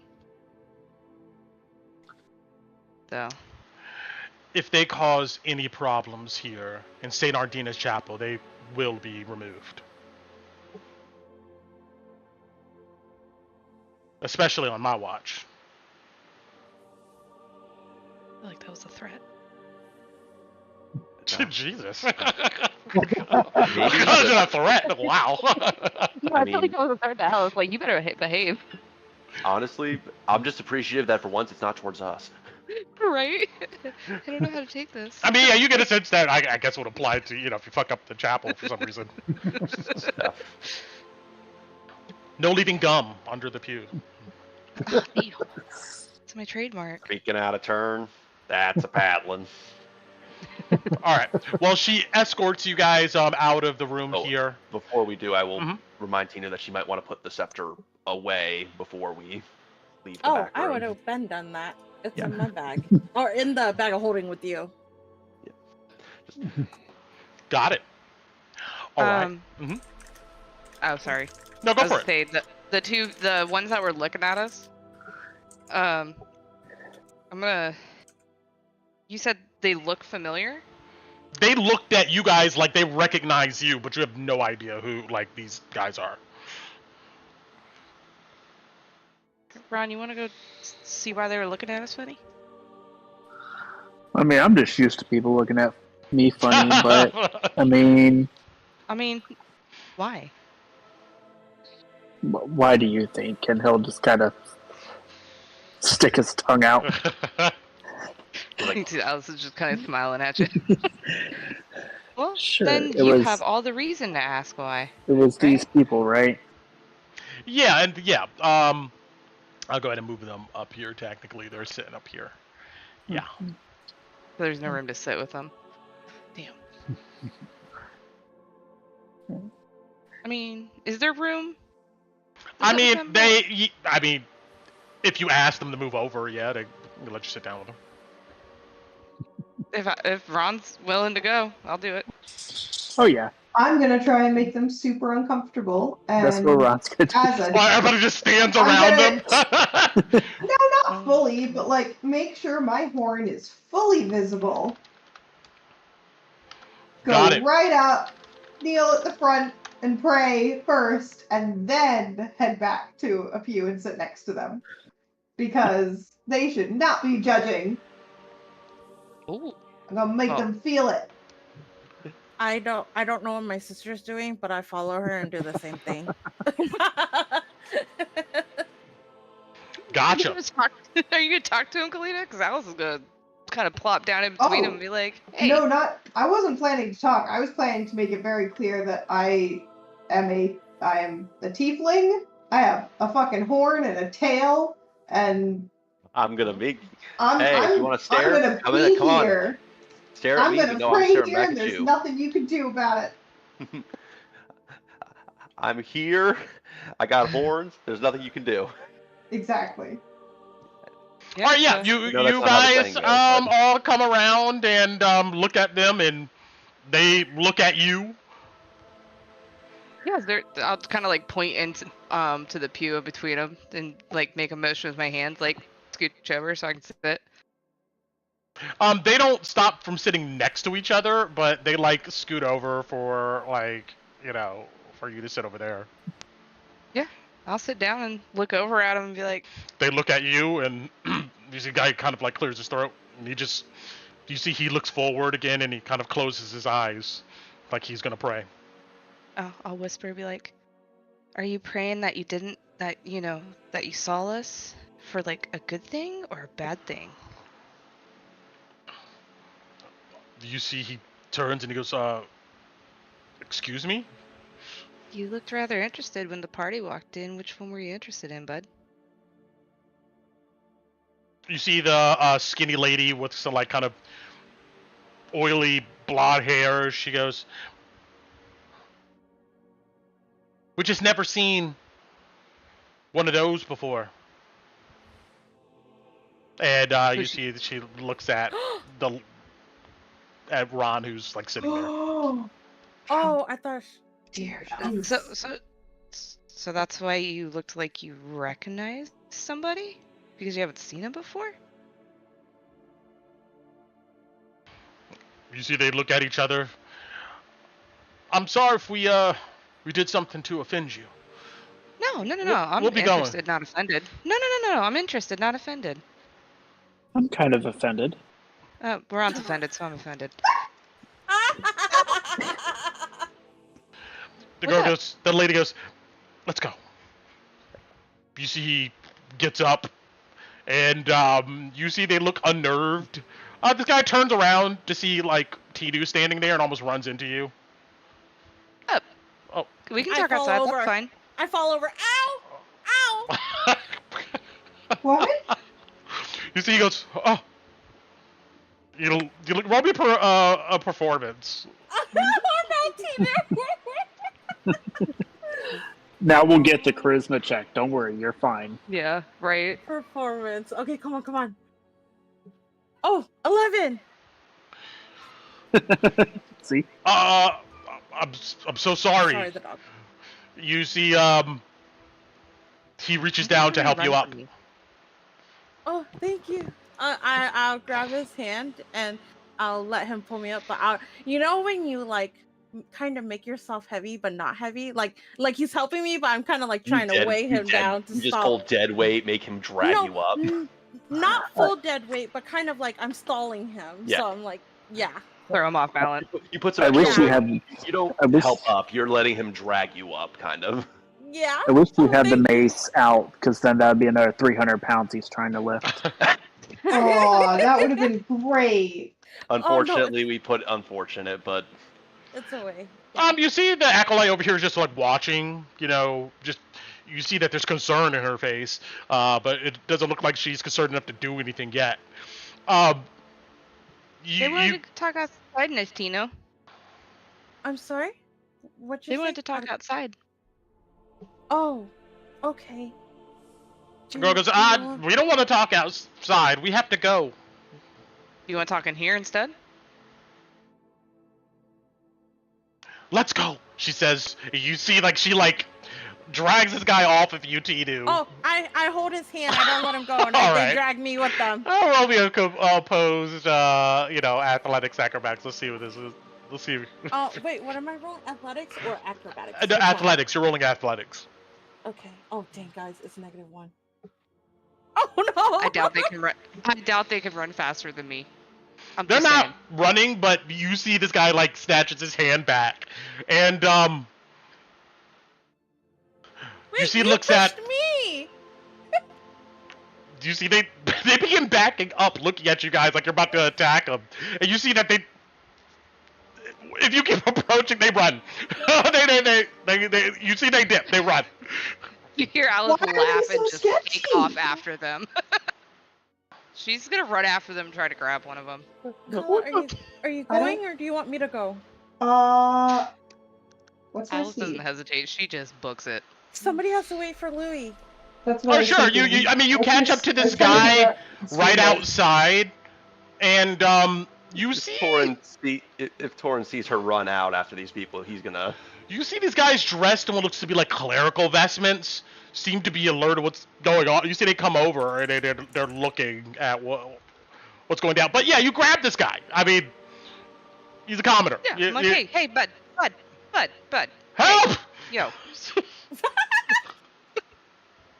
Really, dude? Really? Help! What? You wanted to talk. You see this acolyte come over here and goes, is something wrong? Is something wrong? I was trying to find that out.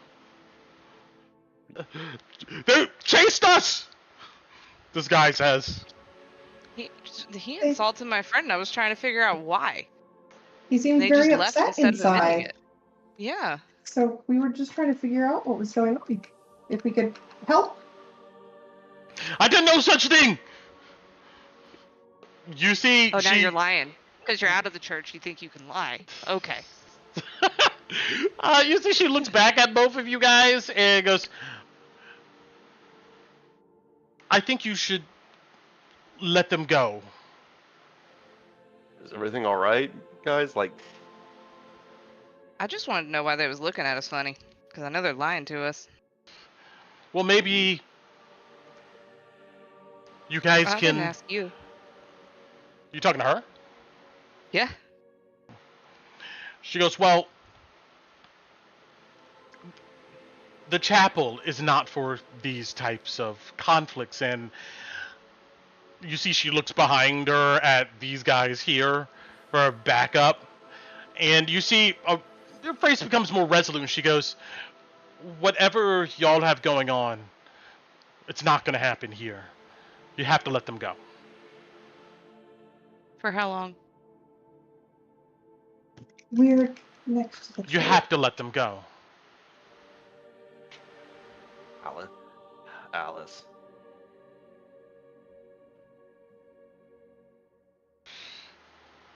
I'm going to study their faces, but I'll let them go. You see he looks at you terrified. And Alright, I don't know what your two's problem with us is, but go on. Go. You see they run. They're out of there. Alright. Sorry for, How I guess, long the does- disturbance. We'll come on, let's go take our seats. How long does Hunter's Mark last? Do you know anybody that uses Hunter's Mark? Isn't it like an hour? It's an hour, but you... Mm-hmm. Yeah, but they'll see you casting a spell on them. Oh, they will see us casting, never mind. Yeah, unfortunately, unless you have some way to settle it, but... You see they just... They're gone. They're gone. Meanwhile, though, I want to know what's going on. Oh boy. Oh boy, what kind of time is Louis having? as she chants and whispers, you feel your skin become tingly. And the more these chants go on, it's almost like hypnotic, you listening to them. It almost sounds like they're saying the same thing, she's saying the same thing over and over again. It begins to echo in your mind.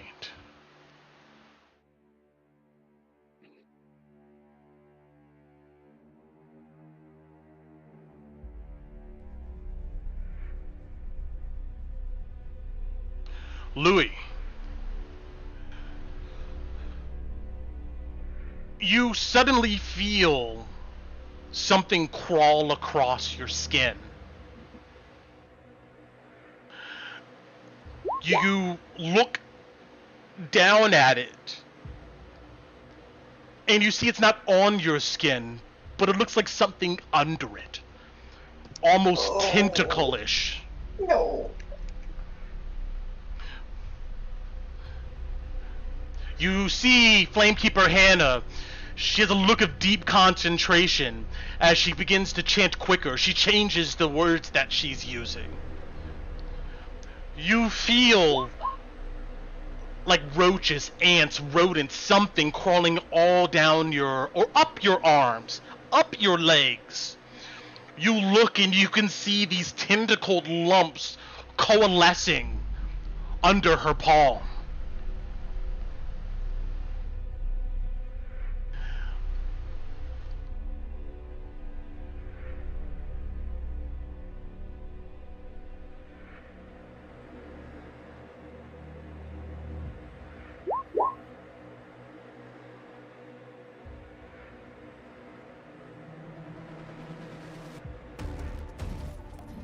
Oh, no. Stop. You look kind of where your diaphragm is at, and you feel almost like breathless. Like there's something sitting right there in between where your diaphragm is and your lungs are, like preventing you almost from breathing. It feels like you're suffocating. Then a piercing pain stabs right there in that place. Almost like something coming out of you, a dagger, something sharp.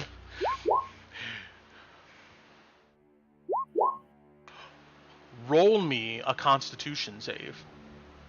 Okay.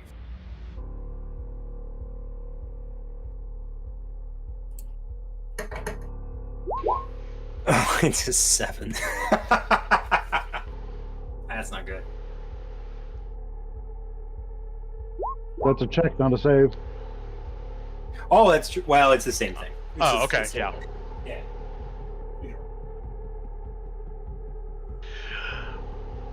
This pain grows. You begin to see your fat and your tissue kind of bubble up out of this protrusion. And he's like starting to choke a little bit on the bit that's in his mouth. You see what looks to be a black tentacle with iridescent kind of slime around it emerge out. It gives a little squealing noise. Flamekeeper Hannah begins to chant now louder and louder. You see she lifts her hand up, and this tentacled mass extends out from your stomach. Let me roll something for her really quick. See how many times she's got to do this. Okay. How many times Louis shouts? I'm sorry.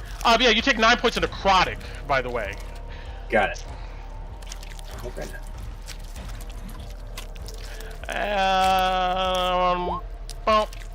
Okay. It looks like she's struggling.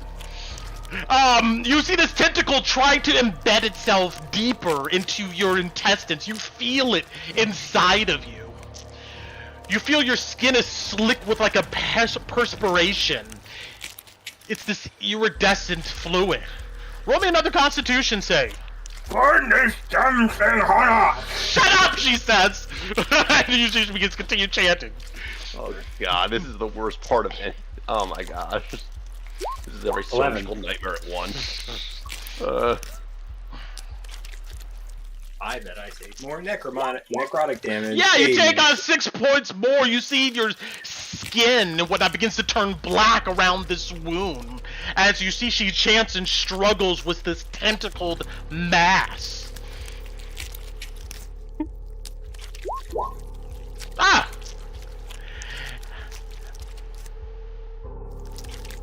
And then, just like that,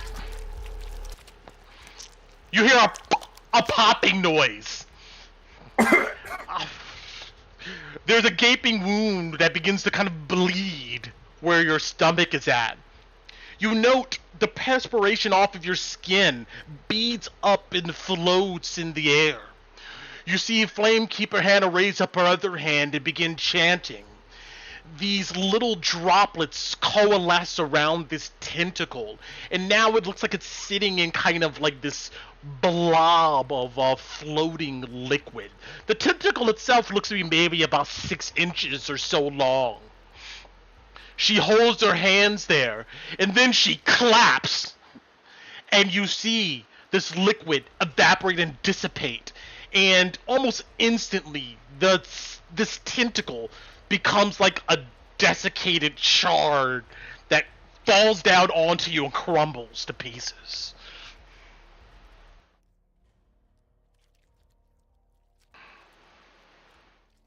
With that, you feel like you can breathe again, and you see that Flamekeeper Hannah gasps. Roll me a perception check. Anybody who's sitting in the room. Is this at the same time that we've chased people, or is this later on? This is later on. This is like over an hour period of time.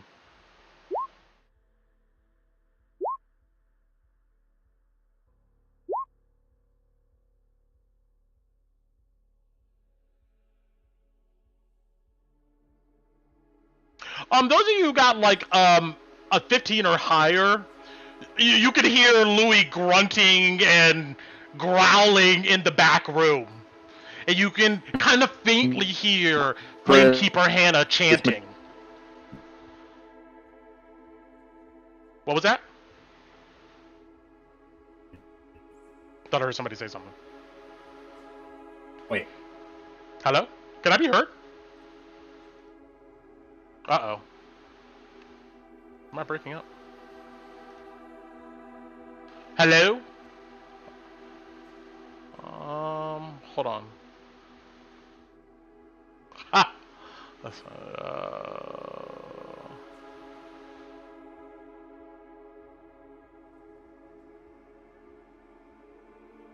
yeah, I see. Hello, hello?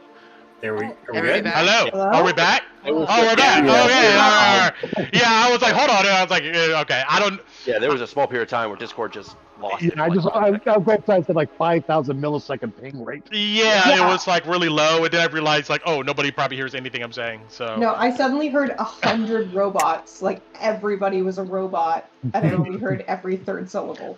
It's all right. Essentially, what I was saying is over this hour period of time, you hear Louis in there grunting and groaning, and you can hear Flamekeeper Hannah chanting. This is if you got above the 15.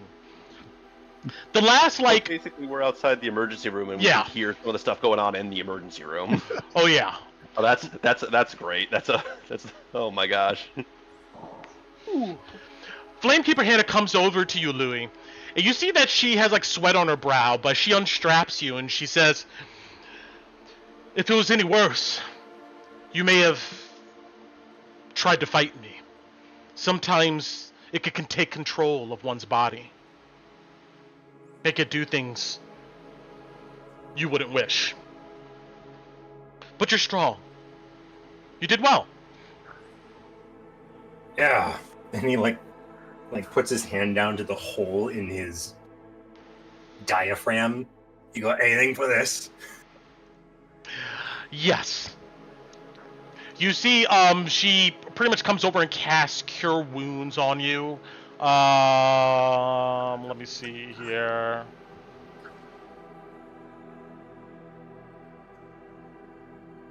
No, she's not gonna do that. You see, she takes out a healing potion. She gives it to you.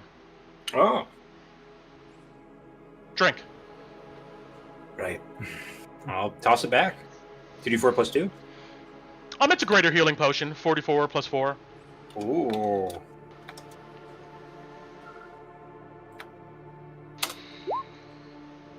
Well, that fixed me right up. Like I wasn't even wounded. You see Flamekeeper Hannah begins to cough. You see, like, there's like that iridescent kind of glistening on her skin. She looks at you. I'm fine. When we purge contamination, we take on it, some of it ourselves. I'll be okay, though. Do you need to get your, stomach ripped out? I hope not. You see, she looks a bit gassed, and she like kind of holds on the edge of the table, and she gestures to the door. She comes and unlocks it.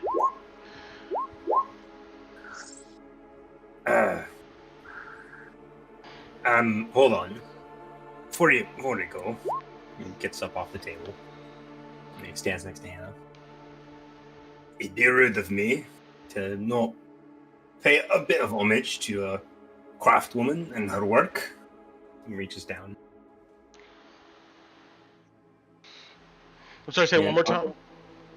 It'd be rude of me to not pay a bit of homage to a craftwoman and her work, if you'll pardon the strange custom. She just looks at you quizzically, like what you're about to do. Yeah, he reaches down and he goes to his pouch and he counts out a few coins. And he holds it up. For the work, lass. She gives you a gentle smile, and she grabs your hand and curls your fingers around the gold, and she goes, "We don't do it for the coin. We do it because we care." Hold on. I got something you might want then. And he goes to his pack, opens it, and he takes out 2 vials, and he hands it to her. She looks at them, and you see she like pops the cork out, and she puts her nose to it. It's oil from the chapel that we found. 2 of them, actually. I think they were blessed. Burn those skeletons something fierce. Now these will be useful. Thank you. You're welcome. Sorry, it's just if I don't do it, I'd be disrespecting my ancestors. You understand? I do. Good. Well, you get some sleep. I'm gonna go get a drink and tell everybody it worked great. And he taps his belly. She gives a small laugh. You deserve one. She leads you out. Mm-hmm. Oh, what are you gonna say? So do you, lass. I don't drink. But, the more I think about it, maybe there's something you can do for me. You see she reaches into her tunic. Looks like maybe she has a satchel or a pouch in there. She takes out a small piece of paper that's folded.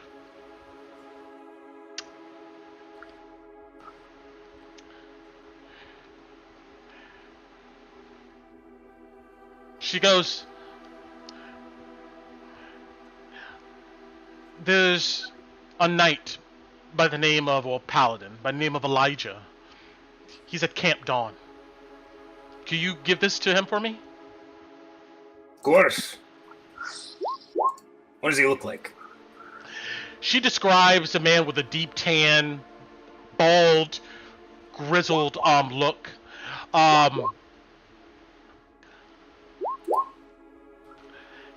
Her eyes light up and she goes, "He has a beautiful horse. White and black, kind of marbled. Almost looks like a cow in its own way. Look for his horse, you'll probably find him." Hello, Elijah. I'll keep an eye out for him and his spotted mare, as you say. Thank you. She then leads you out. And mechanically wise, you had 2 levels of contamination. All of that's gone. So, Perfect. All right. 2 levels? He had 2 levels? Yeah. Apparently. Guys, you believe that? Yeah, we need to keep an eye out. Huh. I didn't know that. Maybe we should start testing everybody every night. Yeah. Do I have any? Brent, do I have any Find a lingering couple effects? ways to, yeah. I'm sorry, what was that, Louis? What's Am I that? tired at all or anything after that? Yeah, you feel a bit exhausted. I'm not going to give you a level of exhaustion, but yeah, you definitely feel tired from that ordeal. Okay. All right. Nothing a good drink and a night's rest could do. Sure thing. Oh, Lee strides out, looks fit as a fiddle with all his gear on. All right, we're done. We can go. Are you okay now? Oh, Tina. Hana is a professional. Does I'm Hannah okay. look okay? Brent, is she still sweaty looking? She looks pale. She looks like a bit sick, but you could tell that she's like, she's keeping up appearances. She's like just smiling at you guys. She just came out an hour of surgery. Like, she's tired, but... Are you okay, Hannah? Yes, I assure you I'll be fine. Well, thank you very much for treating our friend. Of course. All of you be well. I give her one of my bracelets and I say, Flame be with you, and please look after yourself too. And the flame be with you too. And she gives you a smile, and she lets you guys go. Okay. All right. All my favorite people get bracelets. Yay! If you don't have one, I don't like you. No, I'm just kidding. I don't have one. You do have one. I gave you one. Oh, okay. When you weren't here. Oh, You got the you first okay. one. You did get one. You got I the feel better. first one. The sun is setting, and you see nightfall is beginning to fall on Emberwood.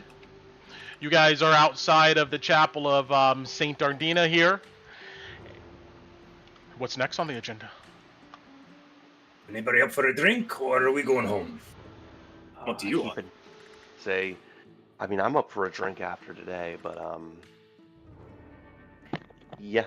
I mean, yeah. You know what? No second follow up. I'm just up for a drink. I'm up for a drink. If Oh, are we splitting the rest of the we should night? probably not do that in a town with a bunch of other adventure types looking over once- our shoulder. Oh, okay. Once we get home, We could use the pot to do our celebration, drink, and dinner, and then split when we get back home. that's a good idea.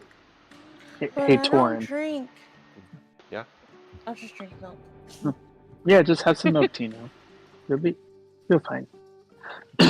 Torin, you said you got a good look at the list, or was that Kolobot? The list of reagents. Yes. I think I said I took what they were asked, what they said, including the holy water, and the list of, well, this is all what else we need, and kind of tried to commit it to memory over that hour, excluding the little incident where I went outside with Alice for those two ne'er-do-wells. Brent, was I able to do that, or? Yeah, I would say that, yeah, you were able to go ahead and commit those items to memory. Yes.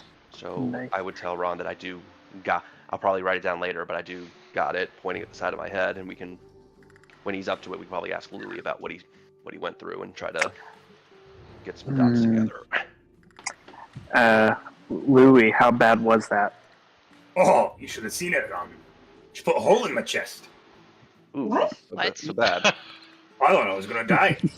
I mean, to be fair, weirdly enough, that means that covers me because it means that they got it out. It's like, is it? Yeah. It wasn't just glowy lights and coughing, and that's it? No, you No remember restoration? you remember that man that came to camp, right? And he turned all squiggly and turned into a tentacle monster. Yes. They It looked like that coming out of my chest. Yep. Pretty scary stuff. Fascinating. Scary, but considering what we saw and how these things turn into, that's kind of reassuring. It kind of showing that it works. Louis, would you be willing to relive the process so we could commit it to memory, so to speak? Oh, shit. Yeah, we probably need to do that, don't we? You want to do it tonight or tomorrow? You have a choice. I think that's more up to you, buddy. How much drinks do you need to do it again? I don't know if it's good for his body to do it again tonight. I feel good. She gave me a potion afterwards, and I'm great chipper. I think, thankfully, he'll be asleep for it, as and will it should be anybody only in else his head, who not wants to affecting his see it. physical body, if I remember how this works. But again, how many drinks do you think you're gonna need? Oh, we'll do it. We'll tie a few on. Let's we'll find a place. But I can. Right. I'm willing. Tinu, I would highly suggest you or Kalina, since you guys are the. I don't want to say clerical, but you guys have the divine spark to learn the spell. A lot of so interaction with this stuff from their village, so they're probably a little more medically inclined to it than we are. So, if you guys are down to join in.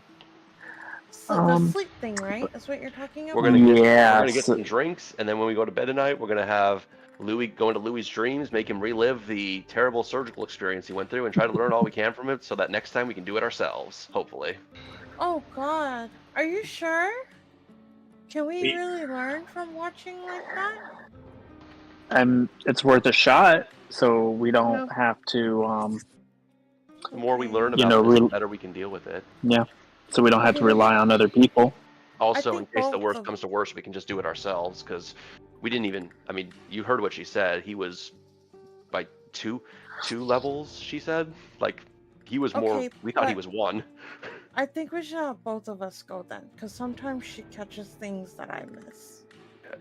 Well, anybody who would want to, that's more of where I'm going. So it. And he wants to go see the apparently literally gut-wrenching surgical experience later. I give Louis a I'm so sorry look.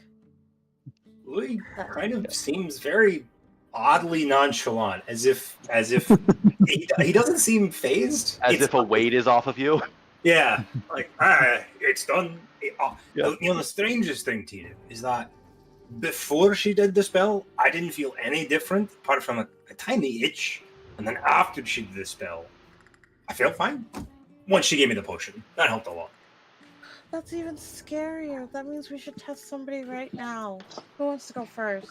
Why don't we test Louis to see if it's all actually gone? Well, okay, if you want. I mean, that would be good to know. I hold up the tree for some of your blood. Okay, hold out his hand. It's 7, so we gotta wait till 8. It's 8 now, actually, because we got to the church at 7. Yeah, we had to wait an hour before the treatment. An hour. But Brent can correct me. Sorry. Yeah, that's fine. Yeah, that's right. Mm-hmm. Okay. And in truth, when it comes to the dream world, anybody who's willing, I would highly suggest you come with, just in case. After talking to old Zoya, if something comes up while we're in there, that we're able to handle it accordingly. Is this a tomorrow thing they're on, or is this a tonight thing? I leave that up to you. We can try it tonight if you'd rather wait till tomorrow, since it doesn't seem like we're going into Drakkenheim tomorrow. We would be better.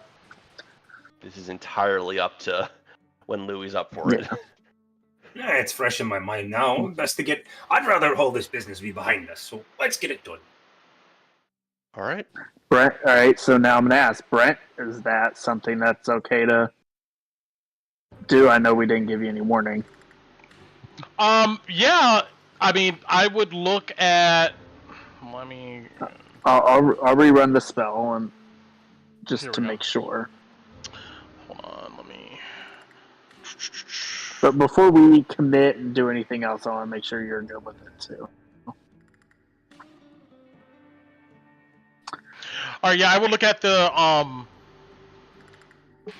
components. Roaming mechanics. Yeah, the components for verbal, semantic, material. All participants must be within 10 feet of each other, and submerged in water, which there's water underneath the house.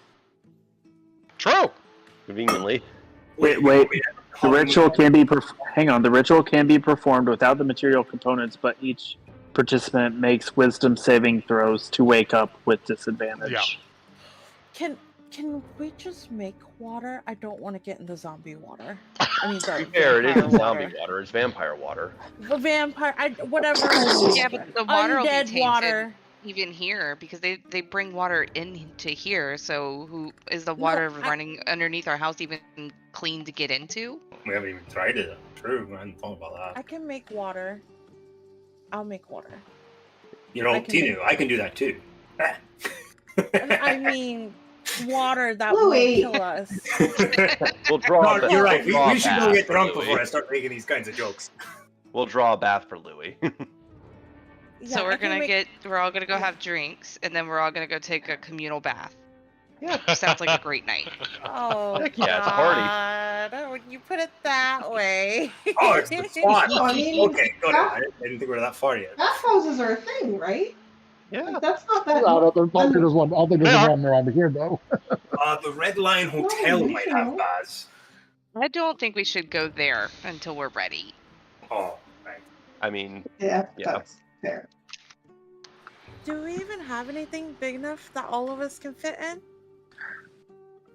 There's probably barrels and stuff. We can make shift a hot tub. Barrels in a circle. That's hilarious. That's the artwork we need for the campaign. The party submerged in barrels in a circle. Yes. That has to be the art you get. Do we all need to be submerged in the same water, or do we all just have to be submerged in water? We do the It doesn't say the same water. It just says submerged in water. But so we're all just like in a circle holding hands in our own barrels of water. So that's the artwork. The stream. These are the kind of magical questions you got to ask yourself as you. Oh man, I wish I could we're our own cult now. Great. The water barrel cult. Sorry for suggesting it. Damn it. That'll be fun. I don't think I can make that much water. But all okay, right. All right. So where you guys gonna go get drinks at? Yeah, drinks first. Unfortunately, we're definitely gonna want to avoid the Red Lion. Which one was I don't know about the Falling Fire guys at the Gilded Lily. Unfortunately, we might want to. I don't want to see. I don't know if seeing them is going to help after what happened today. I'm not ready for that either. Oh, okay. Well, then let's. So which one has Might Knight? The Skull and Sword? No, the Gilded Lily. No, like you were saying. Yeah, we want to just. Skull and Sword is the place with the Queensmen, right? Yeah. So you want to just go to the Bark and Buzzard, maybe punch the training dummy a bit. Sure, I wouldn't mind seeing. I think it avoids most of the other elements in town, and we can just get in and get out. All right. Sure. So you guys begin making your way over to the Bark and Buzzard. The caravan court is clearing out at this moment. You see a lot of people are moving over to the Skull and Sword or the Gilded Lily or the Bark and Buzzard to go ahead and relax for the evening. You also can see outside of Emberwood in the distance there's like groups of people on the roads. Looks like probably adventurers maybe going off to whatever hovels or campsites that they kind of hide in. As you guys move in this direction here, let's see. Let's do.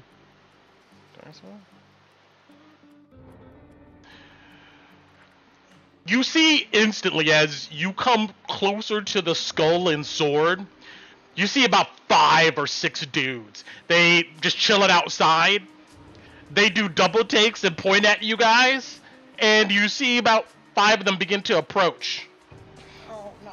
God. Hey! My hand goes into my cloak. Hey!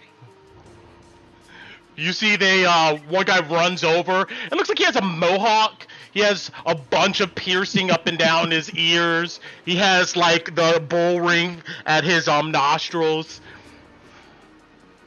Y'all them Knifebites, right? Who's asking?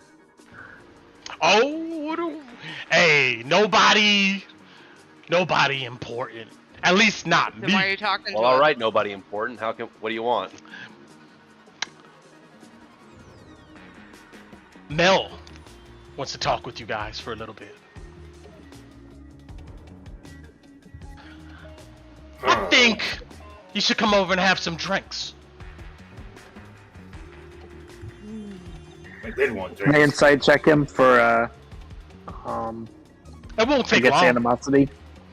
Oh, sure. Guys. Yeah. No. You don't see like this guy is. You don't see in his eyes he's looking to hurt you or to kill you or anything. But even with a 23, this dude just seems like a sleazebag. It's hard to trust anything he's saying. I mean, Maybe tomorrow. let's just. Oh, I don't know, man. Mel's a busy guy. So are we. Busy guys and girls. Lot busier than you. Come take a seat. It'll just be a few minutes. All right. Well, let's just get. Sure. Come on, guys. That's the Yeah. spirit. Hey! We got the Knifebites on deck! Ha! You see he claps. You see some of his buddies kind of giggle. Hey, whose crew you run with, by the way? He looks you up and down. Why, you looking to get on some of the action? Well, I've already had to tussle with a couple. I'm just wondering if we're already Louis, at didn't arms. you hear what he said? They're the nobody importance. He goes, oh, them jerk-offs. They ain't like us. Pins and clubs. In clubs, huh? Yeah. Have you heard of a man named... Oh, shit. Hold on. I'm trying to look for it. What was that Who are guy's you looking name? for? The guy that we Which fought. one? The guy that we fought in the graveyard. In the graveyard? Yeah. In the chapel, outside of it. Oh, what's his name? From the Queensman guys? Yeah. Rorsch. Oh yeah, there we go. There you go. Yeah, you found it fast with me. I take too many notes. You ever heard of a man named Rorsch? Who? Rorsch. Nah, man, never heard of him. Yeah. Doesn't matter, I guess. I'm gonna. Look, anybody who matters is here right now. And anybody who doesn't ain't around to talk about it, right?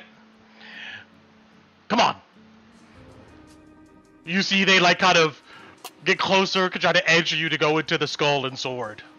We want to make this a quick drink, so I guess we get this over with.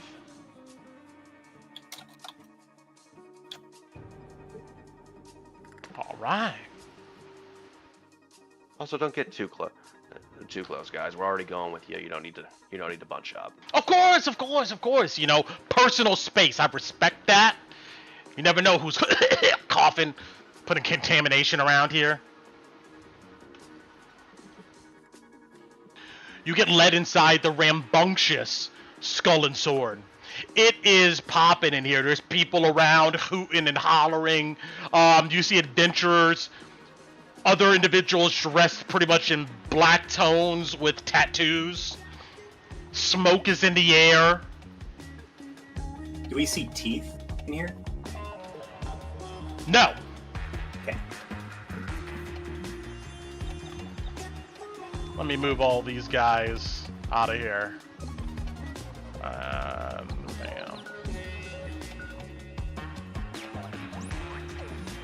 You guys get led back to the same table where you see Blackjack Mel is chilling. You see he looks up in the guy that led you here, the Mohawk guy. He goes, "Look who I saw outside, Mel. Your favorite people."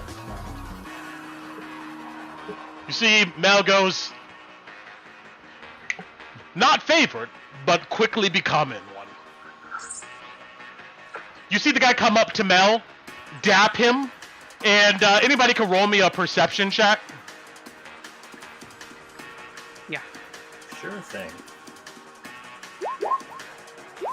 Man, Alice is watching. We're all watching everything tonight, man. Everybody's Can't paranoid battle, as fuck. but we're watching. Yeah.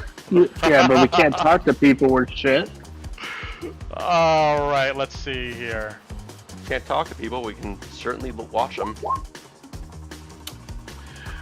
All right, then all you see is Mel dap this guy up, and then he walk off and he goes, "See you around, pins and stripes." You see he pulls back showing his breast, and you see that it looks like he literally has bowling balls and some pins, and he slaps his tattoo. He then pulls his other chest open. You see that there's some red lips. You see he takes 2 fingers, he puts it to his lips and blows a kiss, and then slaps the tattoo and he walks off.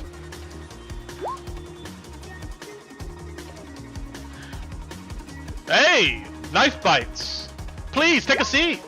Take a load off. I see you guys are acclimating pretty well. Is that what you're hearing, Mel? That's just what I see at the moment. A little bit of wariness in your eyes, trepidation, experience. That's what you're gonna need to survive around here.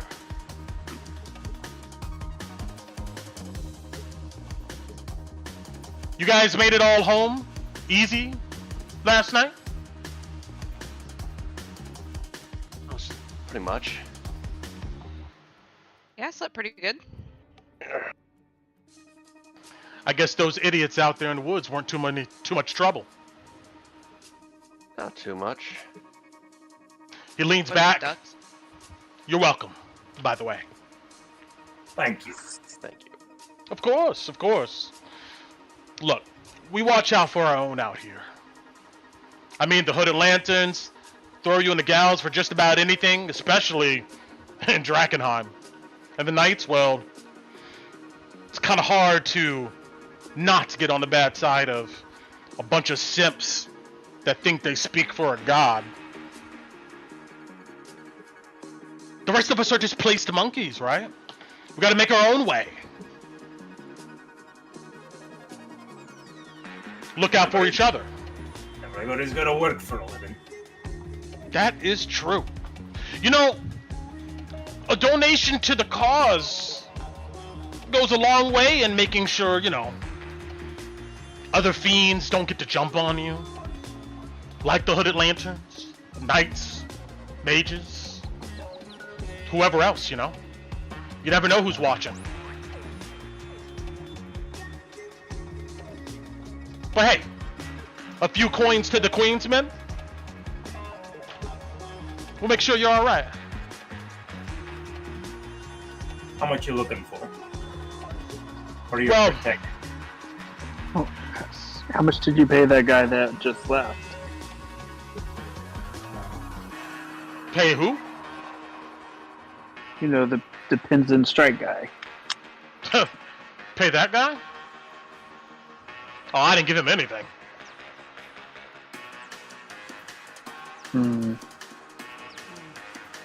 But that's beside the point. The point is that the donation goes to helping out everyone. All the different folks hanging out here, the different gangs, and our business associates. The typical mode of doing it is you gotta go down the buckle down row. Make a donation at the wishing well. 100 gold pieces, that's usually the bottom limit. Any more is appreciated. It's a little late to be going sightseeing now. City's kind of dangerous at night. Yeah, you're alright. You're seasoned, but not that seasoned. How about this? How about we just scratch each other's back this one time, you know? And boy, I got an itch right now. You want it now? Here, on the table, do you? No. What I'm saying is you could keep your coin. But I did a little favor for you. How about you do a little favor for us? For that, if you don't mind, it's been a very long day. Louis had his guts ripped open. Do you mind if we order a round of drinks first? Relax. You see he waves his finger in the air, then he does a shrill whistle. They'll be here in a few minutes. Thank you. Of course. So what do you say? Scratch each other's back a little bit here. As long as you're not asking us to do anything, you know, crazy. Crazy, right? We ain't howling dogs, Mel. Say that again? We ain't howling dogs, Mel. We're smarter than your teeth, friend. Oh, of course. I wouldn't dare stoop you down to their level. This is what I need. There's a group of adventurers like yourselves. They call themselves the Furious Four. I know. Ridiculous. They've been fucking with our members for quite some time now. I mean, they used to be one of our business associates like yourselves. Until they started looting fellow gang members, you know?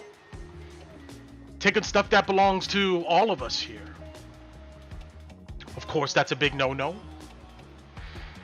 They have a chip on their shoulder, starting to believe that they're untouchable. And I figure we need to remind them that they can be touched indeed.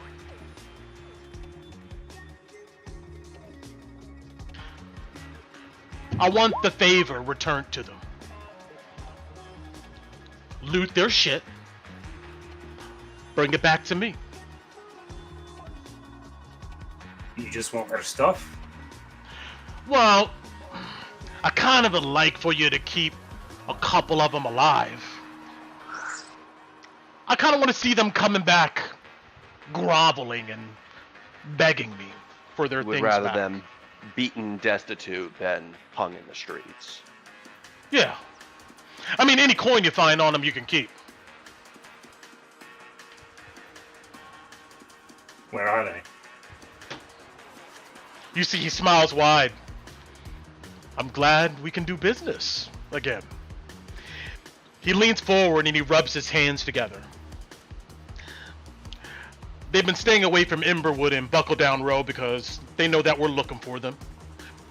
We're pretty sure that they're camping out near Eckerman Mill. Hoping things maybe will cool off. You might be able to get the drop on them at night. If not, we've seen them sneak into the inner city through a sewer line near College Gate. We sent some men to try to follow them down there, but the clowns didn't come back. We're not sure where they're going in the inner city, though. Didn't come back through the sewer, or didn't come back at all? The guys we sent after them didn't come back at all. But hey, happens a lot around here. No, the guys we sent after them did not come back at all. Furious Four, did they come back? We've seen them pop in and out, so it seems like they got a way through. Okay, because looking at them at the mill is one thing. Going to the city is a entirely different beast. Maybe you can pop out at night while they're resting. Rough them up. You said you want us to bring their stuff. Is there something in particular you're looking for? I'm glad you asked, my lizard folk friend. The leader of the group, this guy, he calls himself, well, Mosley McDaver. He travels around with his brother Harris. He's a pretty big guy. And then they have a bugbear named Pinch with them. And some other hedge mage or mageborn of some type. That guy travels with a bear, though. But Mosley has a pretty nice sword that I think he would miss a lot.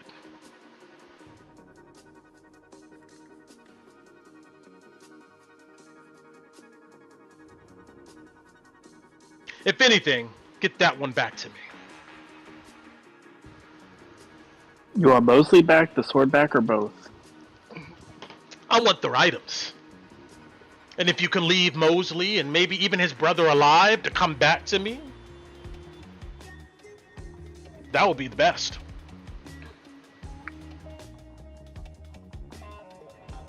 How long we go? Well, like I said, they seem to be operating out of Eckerman Mill. We don't know how long they're going to be out there, but it seems like they've been there for quite some time. Couple days then, okay with you? Just whenever. If it take longer than a couple weeks, I'm probably going to be disappointed. Going on. You guys look like you're sharp. Maybe you can ask around on the street. Maybe there's some other adventurers out there in Drakkenheim that came across them. They ever work with anyone? Or do they cage you? Besides working with us, I haven't seen them approach anybody. No. Cagey, I think is a good word for it.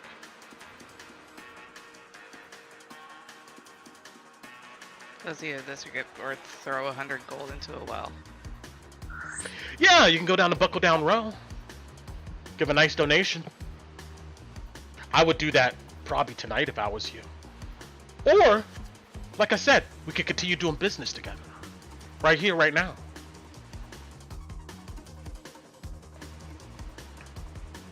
I'll look to the others in the party. Wait, I'm confused. Out of character, why does he want us to go throw 100 gold down a well? He wants... Because he gave us a favor about those assassins, he wants us to pay him back. Yeah. We gave him delirium for that. No. Information. No. You guys did not give him delirium for those guys. You gave him delirium for information beforehand. So this might be a little bit of a reach and kind of guesstimating, but again, these guys are a group of criminals coming together in a mob-like fashion. They have hierarchies. On one hand, he wants us to pay him back for the information, and on the other hand, donate. It's a mob is a pyramid scheme. The lower level members donate to the higher level cadre. Oh, okay, I got it. Yeah, it's extortion. They extort. It's a shakedown. Yeah, just because we are part of the group, that does not exclude us from the shakedown. Tax. Yeah, infected. So essentially, he wants you to go ahead and deal with these adventurers, steal their shit, and bring it to him because they have been apparently attacking and looting gang members that he's in control of. Little brothers decided that they can do this shit themselves, and he wants them to come back and on their knees and beg to take him home. It's punishment. Yeah. Which, again, yeah, very, very criminal, very cutthroat. Are you going to Buckle Down Road tonight? Maybe at some time.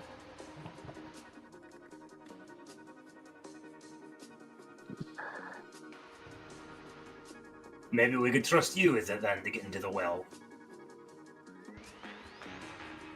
He smiles, he goes, "You want me to take you there?" I'll do the rest of the party. I actually didn't hear that. What? You want me to take you there? No, what Louis said afterwards. Oh, Louis looks at the rest of the party to see what everybody else is thinking.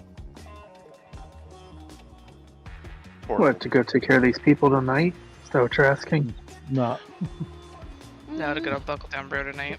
To get drinks and So essentially, he's offering you go ahead and knock up these adventurers for him, or he wants you to go to Buckle Down Road tonight in order to give a donation, give back to the cause. Yeah. It is just a few drinks. Mel will Yeah, probably that's another 4-hour round trip. Yeah. Well, you never heard of an early morning? We already got plans for the morning.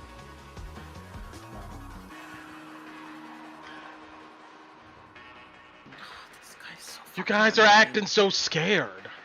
Come on. You know you got it in you. Nobody likes thieves, right? No. Not even the dead.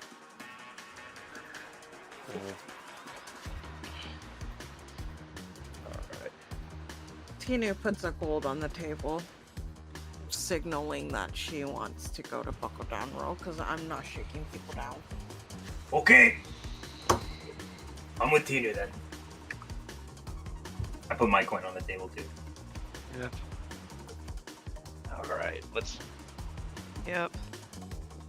Well, Lulu's going, I'm going. Yeah. Okay.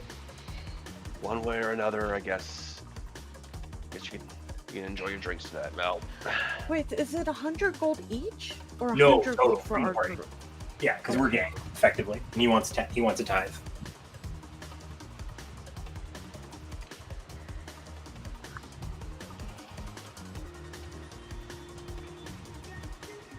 We can take it out of the pot very easily and not Yeah. deal with this today. That's Can we leave now, or is he still talking? Oh, I didn't get an answer of what you. Oh, we just Tinu would have said that out loud that she wants to go down to Buckle Down Row. Louis would agree. Out loud. Well, enjoy our drinks and then make a slight detour before heading to the next destination, I suppose. Nothing not wrong with enjoying Emberwood by night. All right. sure. You know what I'm though? trying to go to a bar first. He goes. I just thought though, I have something I need to do. Hey, I can send some guys with you. They know the way to Buckle Down Row. That's sketchy as fuck. It's not teeth, is it?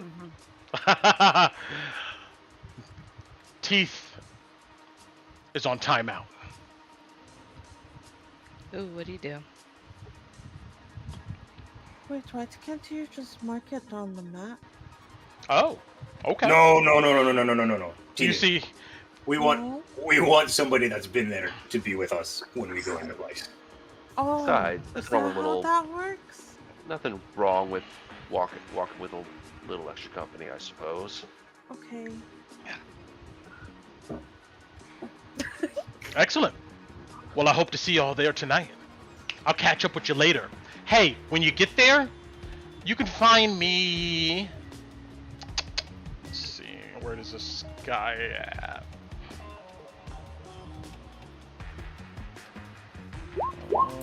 Here we go.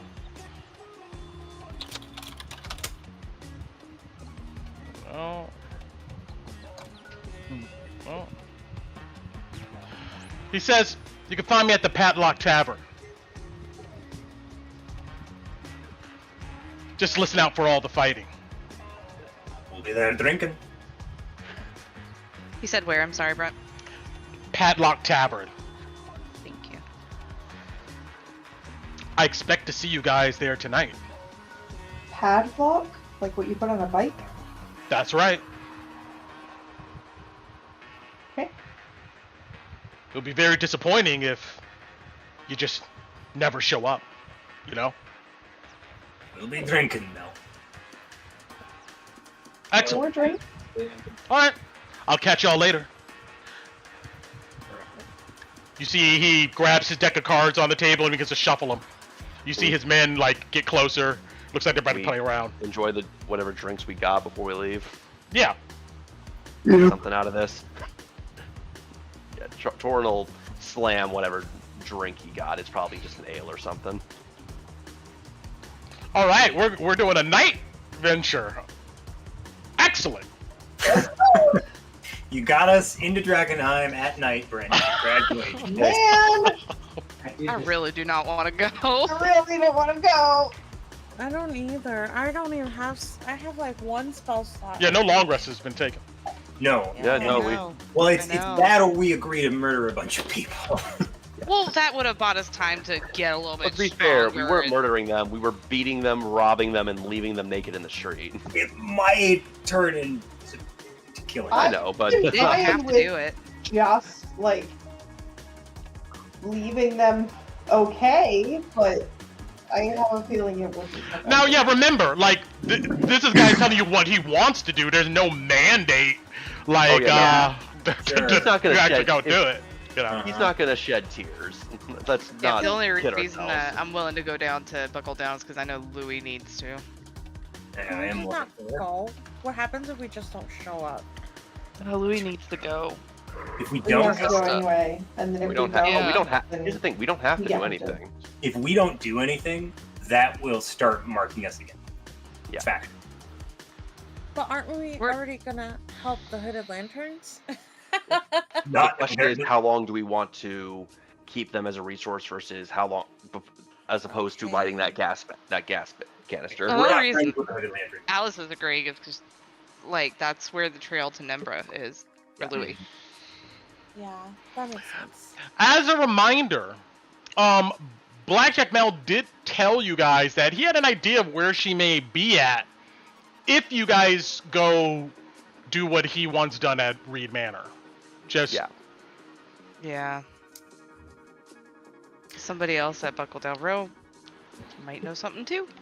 Yeah, that's what I'm hoping. all right, no matter what, Ulysses. we end up going. All right, this will test, I guess, your guys' skill. Jeez, you guys are warriors of the Sorry, guys. truest degree.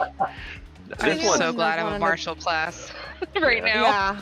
I got See, butt. but I you got know what? I bullets. wanted I to still beat can them shoot. up. yep.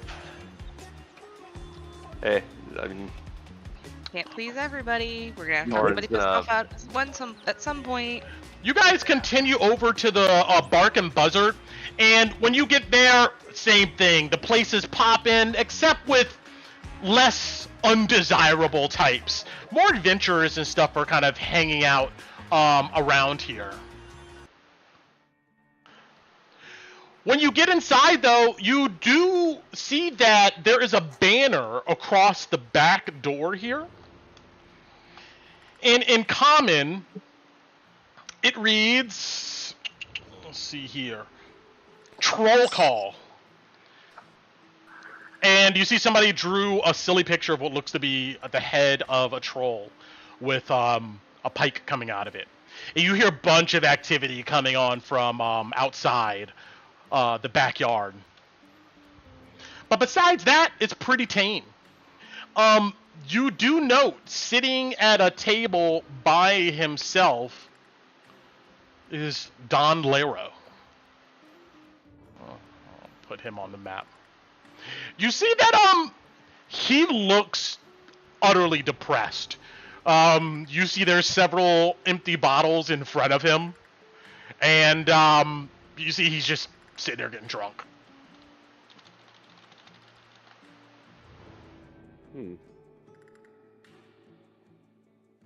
I'll walk up to him. Same. I'll go with Alice. I'll just walk right up to him, plop my pretty He's by butt in a chair. himself, though? apparently, yeah.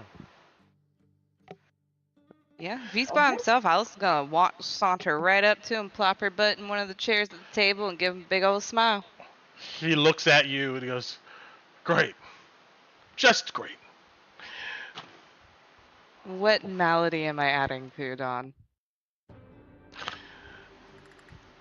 You see, he looks at you and he goes, "If all of you just..." Doesn't matter. You see, he takes a drink of his beer. It doesn't matter. Free lunches no more. What? Why? Well, apparently my actions weren't becoming of a leader. Yeah. Who told you that? I mean, Everybody. Oh, wow, that's harsh.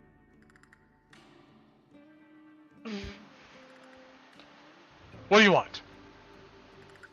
To make fun of me? Usually he looks at you, Alice. Is that what you want? No, I really was just coming in to see what's going on with you and what you were up with, but I can make fun of you if that would make you feel better having a villain in front of you. Or you could, just talk. Or we could buy you a drink. I mean, I was gonna be nice, but Wait, what did you do? What did they deem not good? Who died?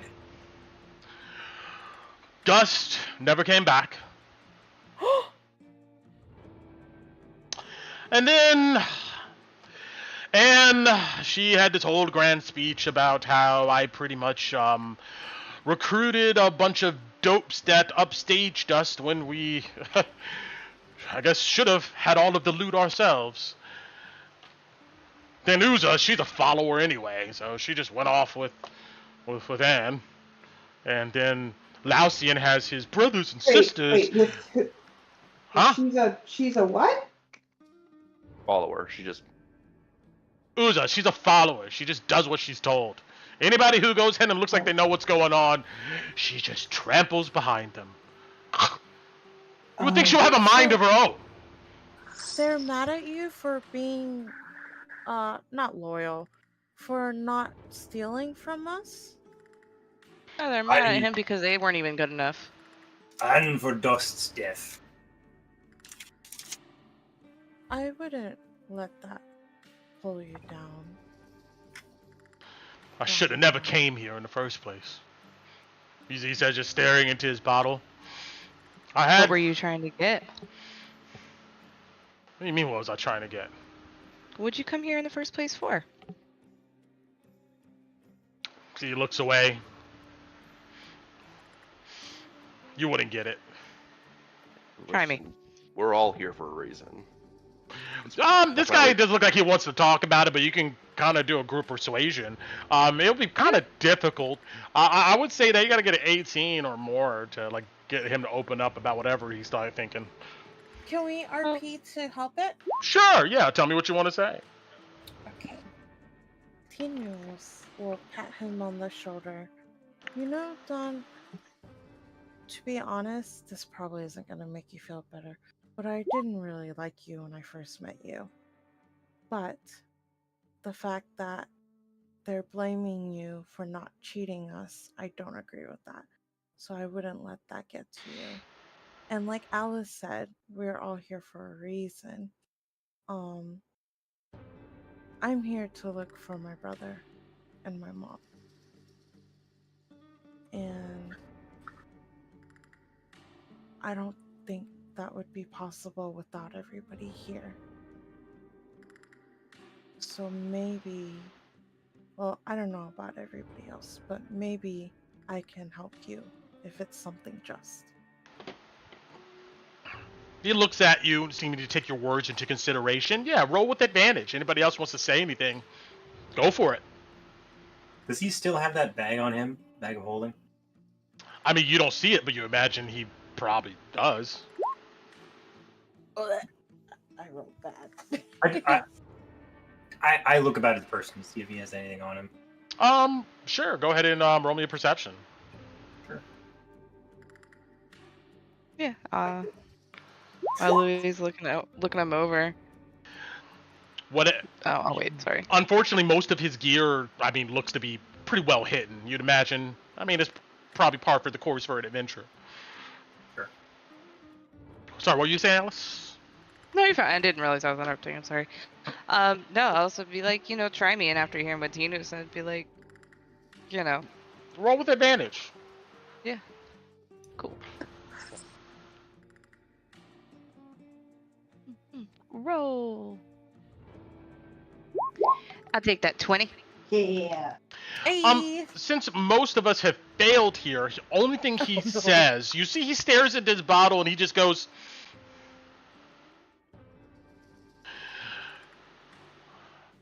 "Baby, I should have never stepped through it. And I could have died like everybody else." Through it? Don't say that. I'll be fine. You see, he pulls his jacket forward. Ugh. I'll be alright. You know, look, I just need to find some other willing folks who wants the acumen of Don Lero. Ah, huh? You go, join up with the Hood Lanterns if you want.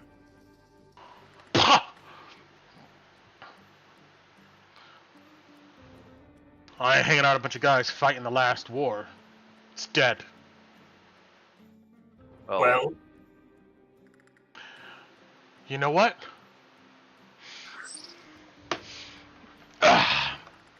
You see, he looks at you, Alice. She goes, "You'll see. You'll see." Looking forward to it, Don. I'm the Keymaster. You see, he stands up. Troll call! I'm down. You see, he pushes past you guys. He kind of stumbles drunkenly. One thing real quick. What? Listen, I know things during that joint mission didn't help, but with the fog rolling in, that you can't take all of that on the chin despite what the others say. And you primarily, a free lunch, did help us with our first delve. If you need, we got our own place near Hendrix Farm. We'll be around occasionally if you need something. I know we haven't always been on the same level and haven't always been great, but just come to us before you walk off into some gout of haze or into the woods, all right? Or if you're looking for somebody who might be needing some help soon, you might want to go check out the Furious Four at Ackerman Mill. Furious Four?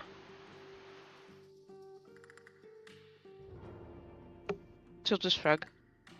You see, he strokes his mustache and he turns and he comes back to the table. Who is this?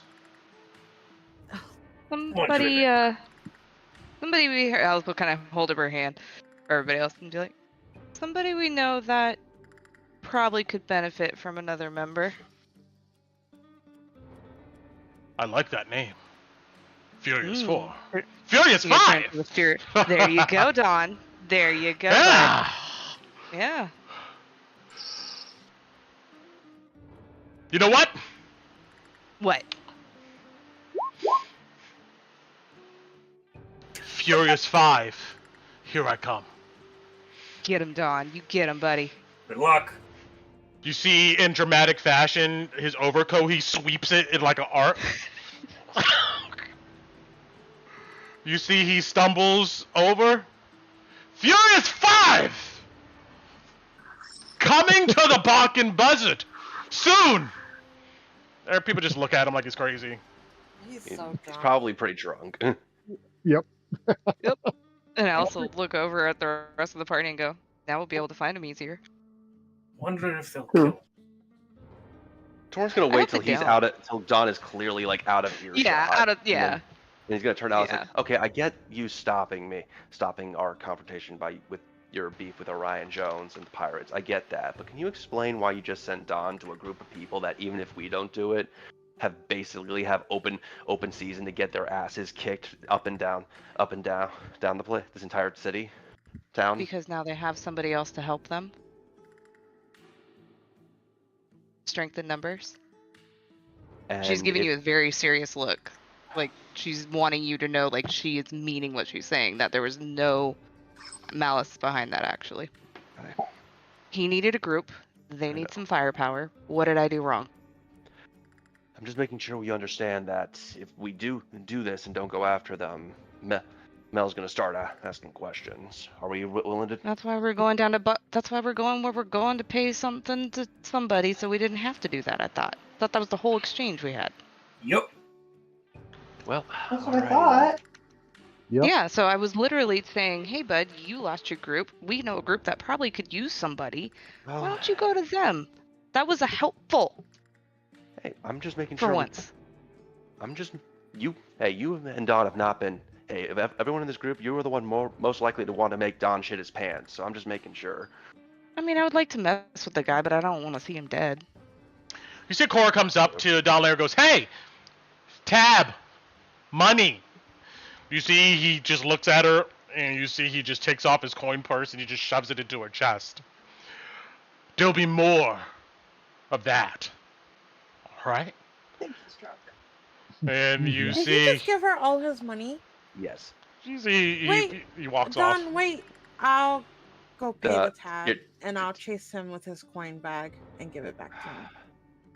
I'm sure you catch him at the door. You He turns around. How much is it, Brett? That Tinu has to Okay, let's see.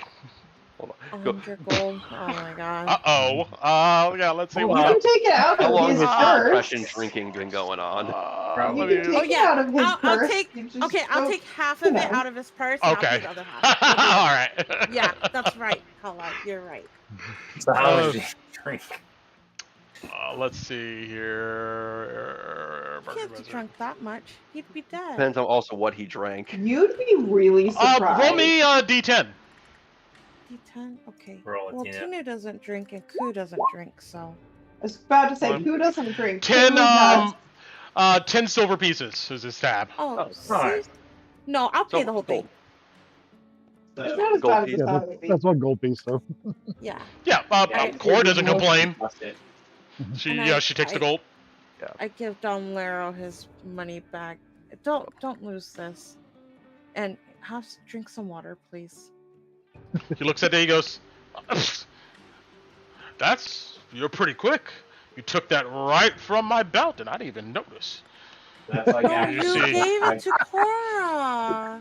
Tino, Let him have it. You Well- see he walks out. I say something in Dwarven, Daddy. Thorin's gonna drop a goal at the table. Well, Okay. let's drink to closing doors, hopefully less headaches, and the Furious Five, I suppose. Cora comes over. How y'all doing? Good. I'll give her the gold piece. Just rounds for the table, please. Of course. Anything Can I new have out there on the please? street? I'm sorry. I was asking what you guys been up to. Well, been going to the city a few times. Oh, really? Had a So couple- is this a celebration? well, we're finding not what you were dead, looking so for? I would say yes. Nice. I'll make sure I crack open a new keg for you guys then. Ooh, thank you. You see she goes off. Wait, Cora, can I get milk instead of alcohol? Got it! She screams after you. You. He's I gotta try it one day. No, I'm good. I bring out Ellie so she can have milk too. I'm good. I don't want any. Okay. You shouldn't overindulge. It's not over. It's just one drink. In common, Louis says to Alice, agreed. He'll just give you a little nod. Because the whole time you guys were doing that, Alice and Lulu were just talking back and forth in Dwarven. You see somebody come inside from the background and goes, "Last call! For the troll call! You want to step up? Come on out here right now!" You gonna go beat it up again, Kalina? I'm so tired, and we're about to go somewhere. Otherwise, not that I couldn't, because I could, because Oh, I mean, you could. have Wait, lots. you could. I am awesome. Kalina, I know Tinu doesn't drink. Do you drink? Yes. Okay, well, you just don't seem a mightily worldly girl, and you know what tonight is effectively, right? No. We're on your first pub crawl, lass. That would be a first. Oh, it's gonna be fun. Okay, good. Bones. Oh, no. You see Cora come back over and set you guys drinks down. and goes, "You guys are gonna hop in on the troll call? What is it? It's a friendly competition." She does air quotes with her fingers. "Among adventurers. The deal is you bet another adventuring group that you're gonna go ahead and get a troll head and bring it back before they do. And whoever wins gets whatever the wager is." There's trolls in the city? From what I understand, yeah. At one of the gates, King's Gate.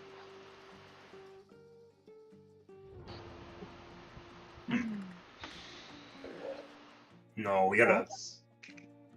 To be honest, usually they don't come back. Oh no, it's not tonight they're going. I think that it's over a week of time. First person to bring one back in 7 days.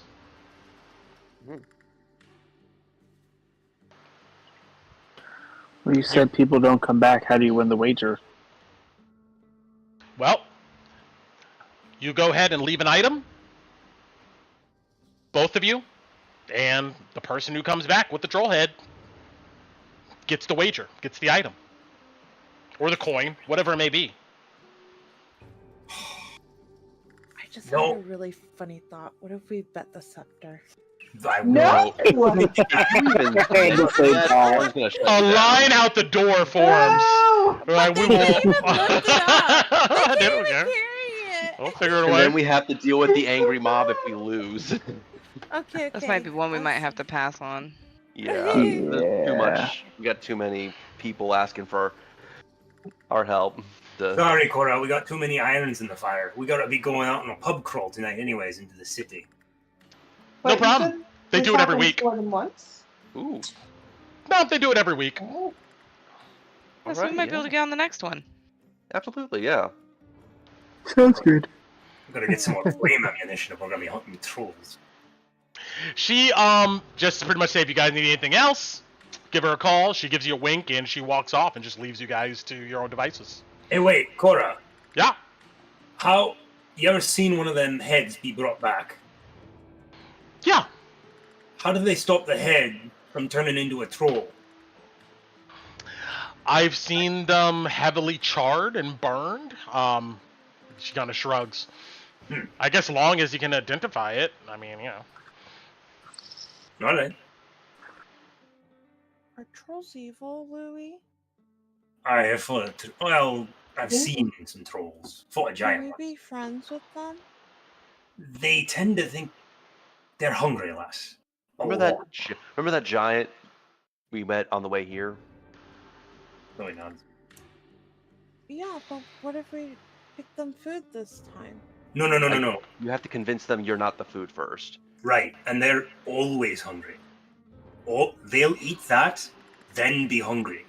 And they'll want more. Why are they always hungry? Because they keep growing. That's how trolls work. Hey, true. Take inspiration. Okay. I didn't realize the joke. No, Tinu didn't get it. I think I'm still missing it.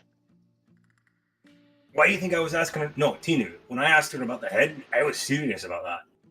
If you don't it keeps growing? It comes back to life. Yeah, trolls. Really? Well, the thing is, trolls actually constantly heal themselves unless they're dealt with in specific manners. Most likely, the process of that requires a lot of energy, so they just eat. They constantly grow, constantly heal, constantly eat, and the cycle continues. Out of character, is this just a D&D thing or trolls in general? General. That's trolls into, but take inspiration too for like even it's authentic. You have no idea, but yeah, that's how trolls operate pretty much. Yeah. Some of the regeneration stuff is like game mechanics, but yeah, no, there's Honestly, wait, I got inspiration too. Yeah. What's that mean? Okay. Honestly, Yay for being. Yeah, you're playing. You're trying to learn. You're playing into it. I personally think my theory it drives them mad. Could you imagine being that hungry all the time, like you're starving? But no. What if you had like? Well, I don't know if I would know this magic item, but you know that thing? I heard a story once that there was an item that has unstoppable water that comes out of it? What if there's a food thing like that? Probably make a troll happy for the rest of its life. Until something else kills it for it. Or Probably decides it another wants to eat troll. something else. It also, Alright. they can also be very, very territorial. They could just kill you because they want to kill you. So while you guys are drinking and talking about trolls, you guys now know that you got to make it out to Buckle Down Row. Yeah. You want to guys make this a custom goal? I think this is a good custom goal. For doing it tonight, it is. Yeah, I think Yeah, so. sure. I think so. All right. When are we meeting the guys? Did he tell us? Our guides? When we're ready to go.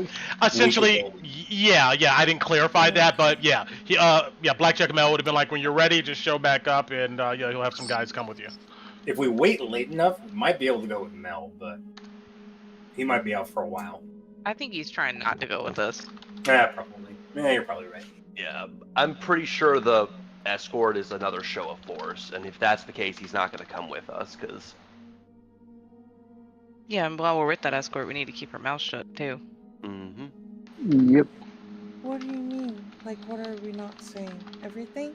Anything you don't want everybody that they would tell. Anything to you use don't want to against go you. into every criminal aspect of this city, pretty much. What if we say, like, fake things? That's fine. Oh, and I gotta have a call on this. What's the plan if we run into any, hooded lanterns while we're with our friends from Buckle? What we doing? Then we get the heck out of there. Hope they don't see us. We run away. Got it. Okay. Good to know. Because hear that, Kalina? You're stealthing. That'll be fun. Yeah, it'll be great. Don't worry. It's less stealth and just run with what you can over your face. It's a little more our speed. Well, I can't change my spells. I was asking about splitting the gold because I wanted to buy a component, but never mind. It's not worth it. What do you need? Oh, shop's also closed. Yeah, they're closed now. I wanted to get warding bond, the rings. You could have got that earlier. I'm not gonna prevent. We're at a store. Yeah, but I don't have the spell though, because we didn't long rest. I thought we were going home. Here's the thing. You're right. If you know the components and you can get the spell, you could probably buy the components beforehand. She just means to stop prepared, so she wouldn't be able to use it. But we could still get the rings. Yeah. What if? I'll wait. Yeah. Okay, it's planning time. So, you guys whip out your map of Drakkenheim and begin to plot how you're going to get to Buckle Down Row. Where is it? Which one is it? 18. Now, I know you guys are waiting for quote-unquote escorts, but I can tell you this much. They're going to take you the most direct way they are, regardless of like what may be going down. They don't have a secret way? No. They're not going to take a secret way. You get it. I'll tell you that now. Will you guys link back up with these guys, Blackjack Bell? They're going to be like, they're going to take the most direct path there. Take the roads. Everything will be alright. And if everything's not alright, they're just going to be like, we're going to run. Yeah. Cool, because good luck. Same. Yeah. They don't need to risk their lives for the shakedown. So, you can choose the path, and they would defer to where how you want to go, or they're just going to go ahead and, like, map a route. Oh, Tinu, we don't want to get that close to the smithy. Hold on. Oh, we don't? I don't think so, because we don't want to be seen with these guys if the dwarves see us, because these guys are criminals. Well, I was going to go around this way, but then they're not going to want to do that, because that's not direct. That's why I went back that way. So I think we should this is what Tinu would want to do, but I don't know if they're going to let us do that. I would like to go on the outskirts of the town, like this. That's actually the same distance. I don't see why that would be an issue. Cool with them, Brent? Yeah, they, hold on, let me see here. So essentially, bonk. I don't know how close they want to get to the dwarves, because the dwarves are going to be guarded, and they might just shoot at you later at night. You get a sense these guys don't care. Oh, okay. They're like, we got this. You know, nobody's gonna fuck with us. Also, I think if we stayed by towards the thunder. outskirts, it would be less chance of seeing the lantern folk. Yeah, their route's way shorter. Yeah, they're gonna take the shortest route they can. Like by 2,000 shorter. Linger. They're. Well, these are feet, so that's just taking a long ways. 2 miles, just under 2 miles. Can't not trap. We need to show up with them when we get there, or else we're not going to let in. You don't get that indication at all. Oh, really? Yeah. That, like, this seems to be an open area, per se. It's not like a building. Look, that's farther than the other way. Yeah, I'm just, I'm just, okay. you know, mapping potential. I'm starting down here, by the way, all the way out here. Oh, okay. So, can't we, what is that called when you wrap somebody's arm behind their back, strong arm them, and tell them that Mel said they have to escort us?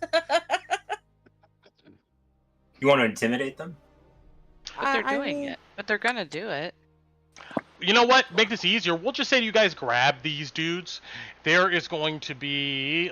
Let me look at this real quick. See who they. I do like timid. That's pretty good. I like that. It's four. You see, it's four seedy-looking individuals. That's what you see. And you notice these guys all have mohawks and a bunch of piercings, a bunch of tattoos. Pins and stripes. Oh yeah, it's these. Yeah. Excuse me. It's gonna be the one guy who is gonna be the one guy who actually caught you on the road. He's gonna be there too. Okay. There's 4 of them, and we're gonna say they came and met you guys here at the Bark and Buzzard, and they're there with you, and they pretty much say that, hey, the quicker the better. That's our motto. So, you know. Probably safer in a group, I bet. What's to be expected when we get there? Well, Mel said that you was going to show up at the Padlock Tavern, right? Yeah, but it's a fun place. Party there? Oh, do we party? Yeah, we party there. Yeah. What kind of party? Usually they look at each other and kind of giggle. Oh, I see. This one's fresh. Haven't seen the world much, have you? Don't worry. You know, when we get there, there's some special drinks, some special powders. We're all gonna have a good time. But it's in Drakkenheim, though. So? It was like... Okay, I stopped asking questions. You sleep out there? Well, some try to. They go crazy. How crazy are you? You see, he looks around, his brown teeth. You know what? I think I'm perfectly fine. You know, they say that the guy who thinks he's not crazy is probably the craziest, right? That's why I'm the crazy one. Oh, I've heard it. But anyway, a bunch of them, they're sewers people sleep in, below the haze. Get some rest down there. If you join a gang, you may be able to get invited to the Thieves' Court. What the hell is a Thieves' Court? You're pulling my fucking leg. Oh, I'm not. But that's only for official members. Right. Okay. Okay. What, essentially, he's saying, like, you see, they look at your map and they say, we're going this way, and it's my blue line. That's what they settle on. I say we go with them. It'll be easier that way. Yeah, I'm okay with that. Alright. So, let me do some math here. Oh my god. You guys are insane.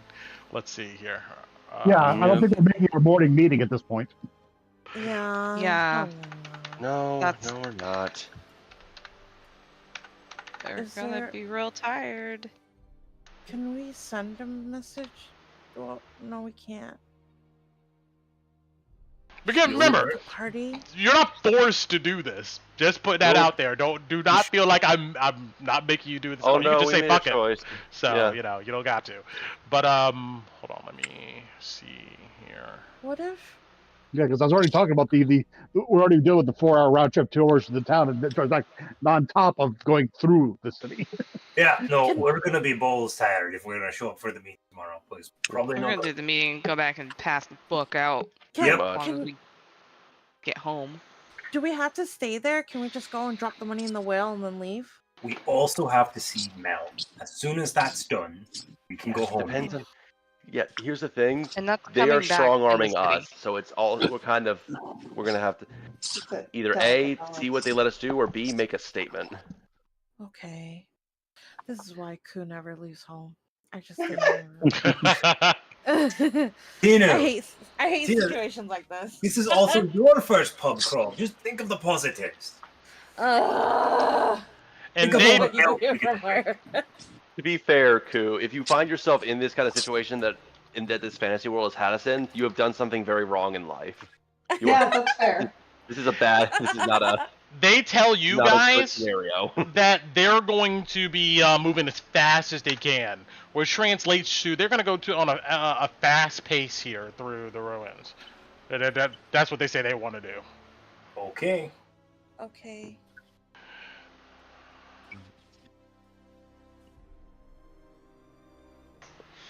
Oh, it's not that bad. Let's see. Do we get there before 11 o'clock? With a fast pace, you guys know it's going to take you 2 hours or so to get over back to Drakkenheim, and then it's probably going to take you guys a couple hours to moving fast, and assuming nothing happens, it's going to take you guys another additional 2 hours. So about 4.5 hours or so it's going to take to get there. Yup.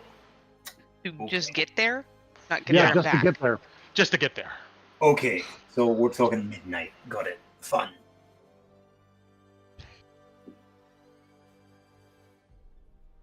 Hey, we're ready to go when you guys are. Yeah, all right. Let's get this done. Okay. You see, they order a round for themselves, and they drink 3 or 4 more beers. Belch loudly. Ugh, we're ready to go. Yeah. You see, a couple of them. They take out these little vial things and they put it to their nose and snort it. Ugh, yeah.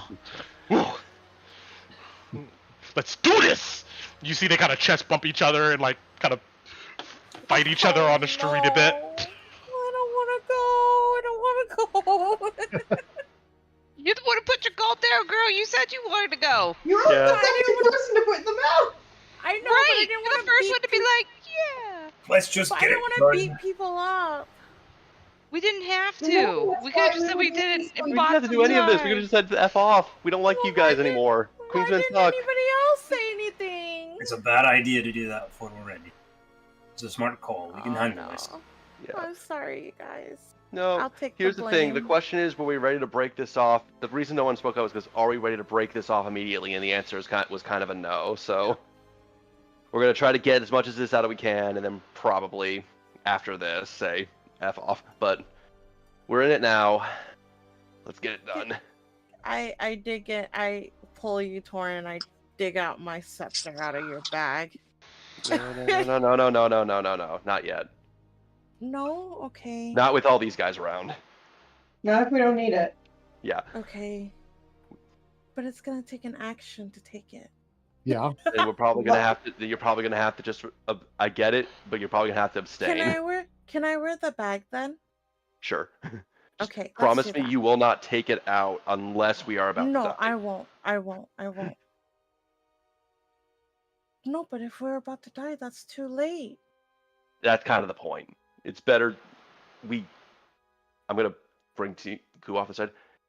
We already know they were looking for this thing. and there's most likely we're not going to be friends with them. The less they know, the better. Okay. Because everything we give them is another reason they may want to kill us. Kill us. Okay, Torrin.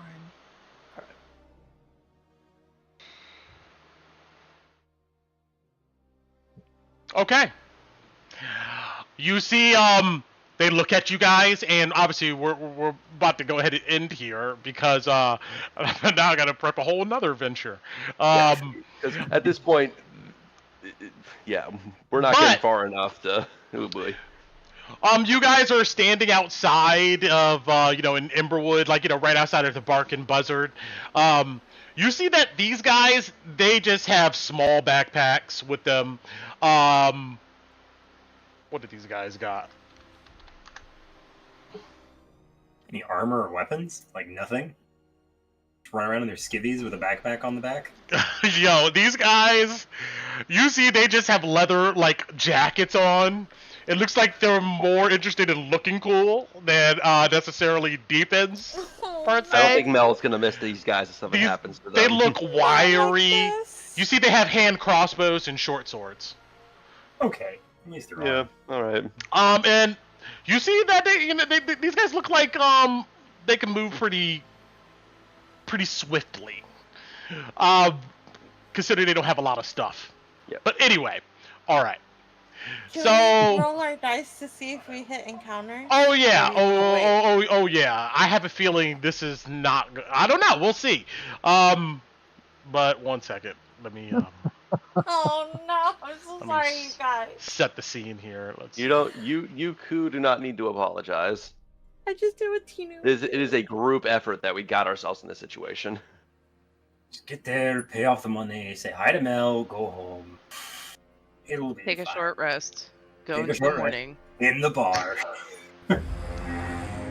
You guys sigh heavily and keep up with these guys. They're moving quick. You notice that they're tripping each other in front of you. They're like joking around or pushing each other and having their own conversation. Occasionally, they look back at you guys in the night to make sure you're not going to stab them in the back or anything.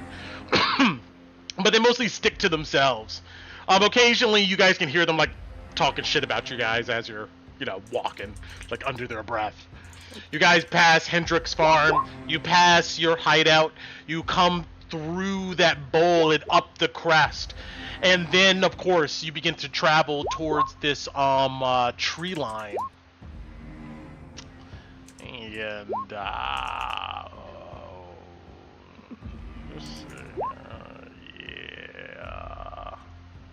Well, this one. Would you have said that us drinking was long enough for a short rest? Yeah, you guys get a short rest. Thank 100%. you. Oh my god.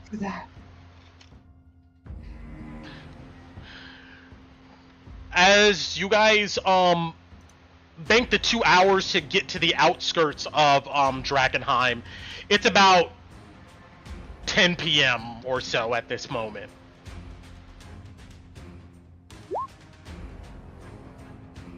Oh man. We're about to see how far you get here. 1 second. Let's do this. Drakkenheim at night is scary. Yup. Hopefully Didn't we have a discussion about specifically not doing this? Yeah. Mm-hmm. And then Mel decided, you know what? I have other ideas. And we said, all right. Yeah. Okay. You guys begin moving up the road here. You pass this same desolate stretch that you always pass coming in here to Drakkenheim. And any more pictures I can get out the way here. Yeah. This. Oh, well, I'll just show this. Stuff like this. Obviously, it's night, it's dark. And if you don't have a light source out, you really can't see shit. I mean, the moon is out, and it's a bit cloudy. The rain has stopped at this point. It's just kind of chilly and cold. Note that you guys haven't changed or anything yet. You still feel kind of grimy. But we get here, and they're moving fast. These guys are not like trying to slow down at all. They're gonna go ahead and roll for random encounters with you guys. Since you guys are moving fast, I need everybody to roll me 2d20s, and we're gonna take the lowest. Oh, no.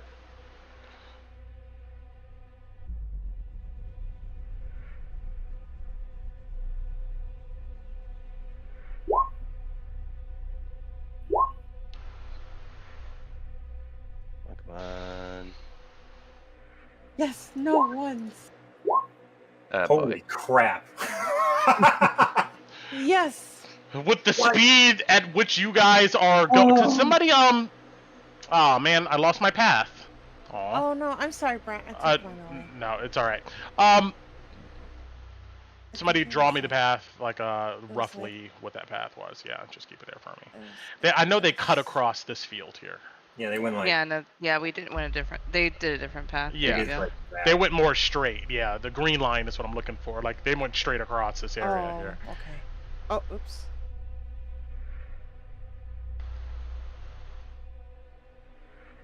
Also, by the way, that all those d20s, that was insane. That's true. Yep. Well, I'm gonna go here. All right, everybody, roll me another. Set. Oh Okay. Why? Because it's going to take multiple of those to get through. Actually, no! Oh, thank God.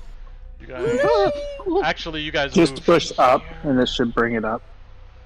and let me see I here. got Good that job, at 20. Does Colleen. that count for anything? No, you're good. We're rolling Shoulda- at disadvantage, so I think it's a. Of course. Yeah, Oh, yeah, like- we're Yeah. taking the lowest roll. Yep, body got it. All right. Oh, it's Bati. No, wait, but I do that 20. Did that cancel out the net one? If only. Cancel out the net one. Oh! Take my inspiration. I have inspiration. Oh, Reroll, Bobby. inspiration? Yeah, this is good. Can we reroll? I know, yeah, that's Oh Brent. no. Put that there. Hold on. Because my inspiration doesn't carry over, right? Usually doesn't. Go ahead. If I gave, I think the rule is if I give it to you during the game, like beyond we'll carry it over. That's fine. But let me I'm still willing to give it to you to avoid the encounter. Oh, okay, there it is. There, then. God damn it, Carl! Then. Fix your digital dice. Whoa. There we go. All right. Bati just wants to see everything the city has to offer. Okay. Well, I'm waiting to see whether or not I'm even allowed to reroll. You can use inspiration to reroll if you want. Okay, yeah, I give it to Reroll her. both? Well, hold on. Actually, let me think about that. No. You know why? Because the odds is so low. Like that, like Too high inspiration would just bypass it. I'm not gonna let that happen for these. Because actually, I have a chart here. Like, what's the percentage? Oh shit. Let's see. Oh no, we're getting charts. 7 people with That's how you know we're Not cooked. a good sign. I'm not gonna use Twilight Sanctuary, or I'm gonna try not to use it. It's like it's like 18% or something like that. For like everybody in this party to roll like a 1. So, but with disadvantage, it probably doubles to like I don't know. But anyway, but yeah, we're gonna go ahead and take So it was a 1 in 3. So it was a 1 in 3 chance of us getting an encounter then. Yeah. True, but these guys have to roll themselves. So Times 2 has a 72% chance. Because we rolled twice. yes. 1, 2, 3. No. Oh wait a Wait. minute. It was Wrong 100. ones. Each Wrong one's- ones. 1, 2, 3, 4. Okay. All right, you guys are moving fast though. You're not waiting. You're not looking around. You guys are like chasing pretty much after these guys, and they're not slowing down. Eventually, their drunkenness kind of wears off a bit, and they seem to have realized that yeah, they're inside of Drakkenheim, and they get a bit more serious along the way. As things go quiet, you guys get about here, and let's see. So Carl, this one, who got a 20?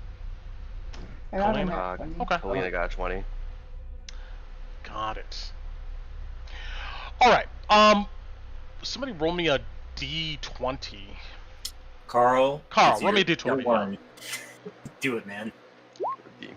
Hey. Nice. That's a fun number. I like that number. Okay.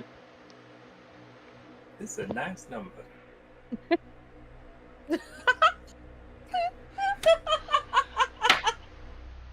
I'm gonna say you guys get right about here before this happens.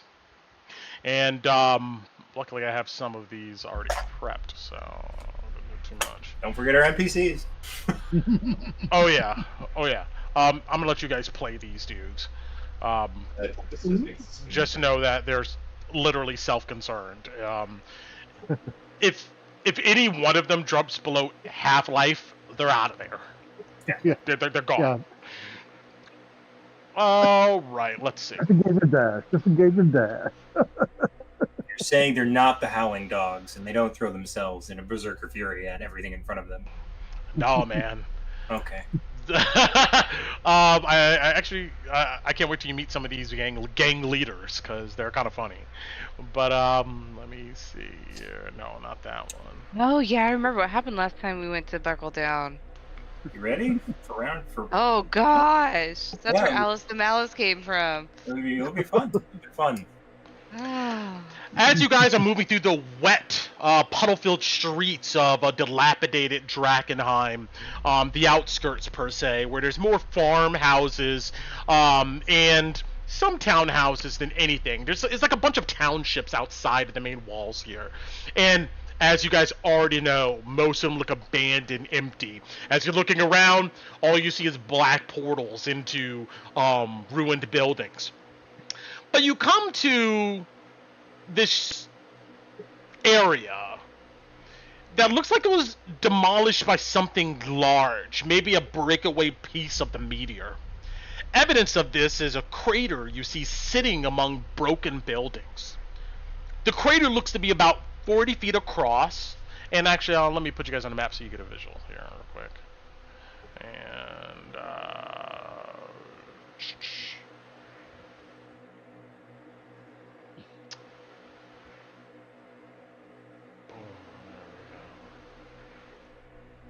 and let me put everybody on the map here.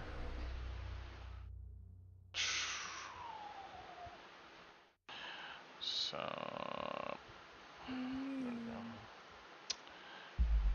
Ron, boink. Torin, boink.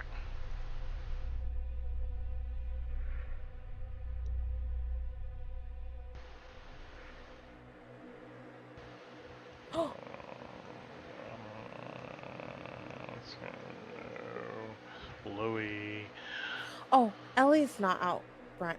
She's in her pocket dimension. Got it. Delete her. Thank you. I do have my light source up as well, Brent. Got it. I will turn that on. Just get everybody on here. And light source 20 and 20. Won't.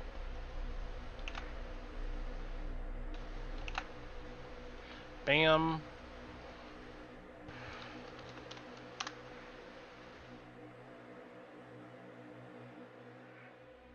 Oh wow, I didn't know they had a token for Dungeons of Drakkenheim for this stat block. Cool. Okay. And... We can't do that thing in video games where you run past the enemy and you keep running. Yeah, Dark Souls, to just tumble. Just roll. Sorry. Just keep rolling past As them. long as you backdash, you can avoid any damage. Look, path travel is not an option when there are enemies nearby. Okay. That's fine. I'll just disengage and dash. It's fine. We're fine. Time your rolls back and backdash out of explosions. Or Don't worry, you'll hold take no left. damage. Left button, right button until we run away. Just turn it off, reset it, and then like see. Yeah. Reload. Sneak around. Reload. Pick the escape option. Hope RNG's on our side. Right. So the red token on here is our Mohawk guy. That's just what I'm indicating. And there's 4 of these dudes. And when they run up to this area, they stop. Go. Whoa. So as I was describing, you see that there's a crater sitting amongst these broken buildings. The crater looks about 40 feet across at its widest, and its basin is filled with like this scintillating iridescent waters, rippling with a cool breeze.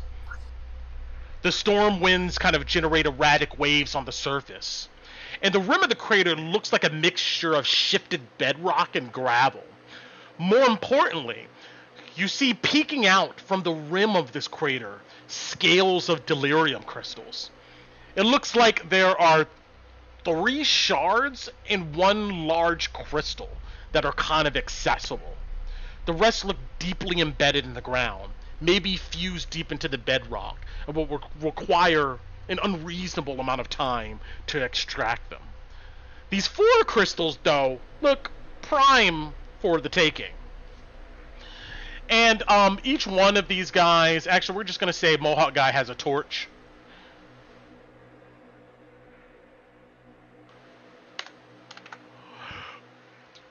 Free crystals! You see, he's had to claps his hands. Hey, it's just us. We could split this amongst ourselves. You see, he looks back at you guys. Looks like a setup. You sure it's safe, lad? Am I sure it's safe? Ain't nothing safe out here, man. Might as well get used to it. You got the gear then to take it out? They look at each other. Wow. I mean, think about that. You guys got gear. Look at her. Yeah, you guys got the gear. Come on. I want the rest of the party. Louis? No sharing. I didn't say yes. I'm looking at you guys. I hide behind Torin. We are not that far in. Why are there crystals here? My exact thought. Why haven't these been snagged up already if they're so easy for the taking? It's because everybody dies all the time. Except us. Anyway, look. You won't help. We're keeping it for ourselves, all right? Hey, Debo. You see this guy here goes, sure. You see this guy takes off his leather jacket. The other guy takes off his leather jacket. Is there delirium haze around here, Brent? Not really. There's always kind of like a fine, very barely perceptible mist, but it's not like heavy here. Okay. I'm gonna take a look inside these buildings, make sure there's not something hiding out here waiting. Orin's also gonna take a look out, like, because again, like Alice said, Alice Kalita said, this is so close, and yet no one has apparently claimed this. Like, where's the husk in the mud? Yeah, I'm gonna use while they're doing that, I'm gonna use thaumaturgy to open this door too. I'm gonna stay on this side though. Got it. You see they march off, and you see they all come around a small crystal. You see they bend over and they talk amongst themselves, and you see they look at the water, they look at it, they begin to try to mess with this crystal. First, let me start with Tinu here. This building to the north.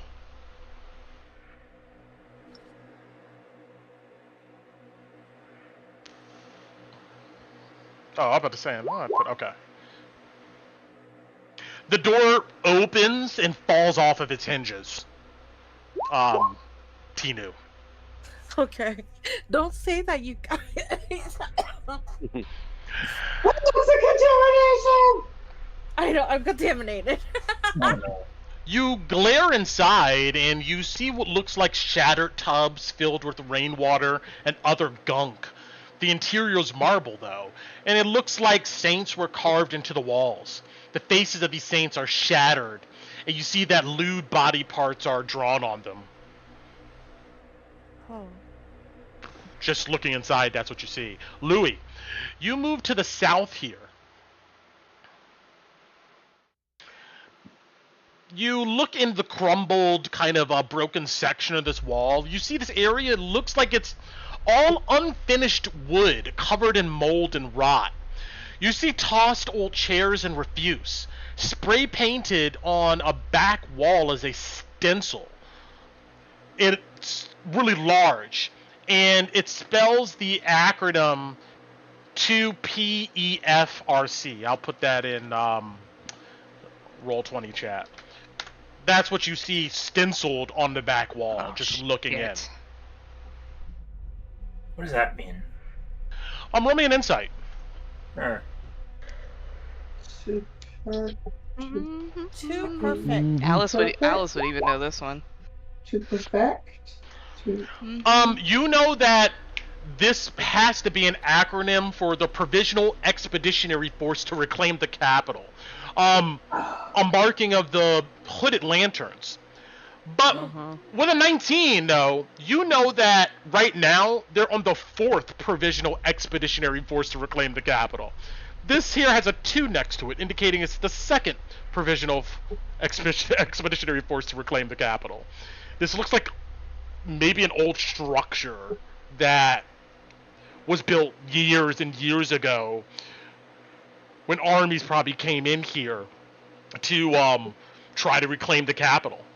It might have been an old forwarding camp they were using as a base until something happened to it. Towards the back, Louis, you see... no, actually, that's all you see, at least in this room.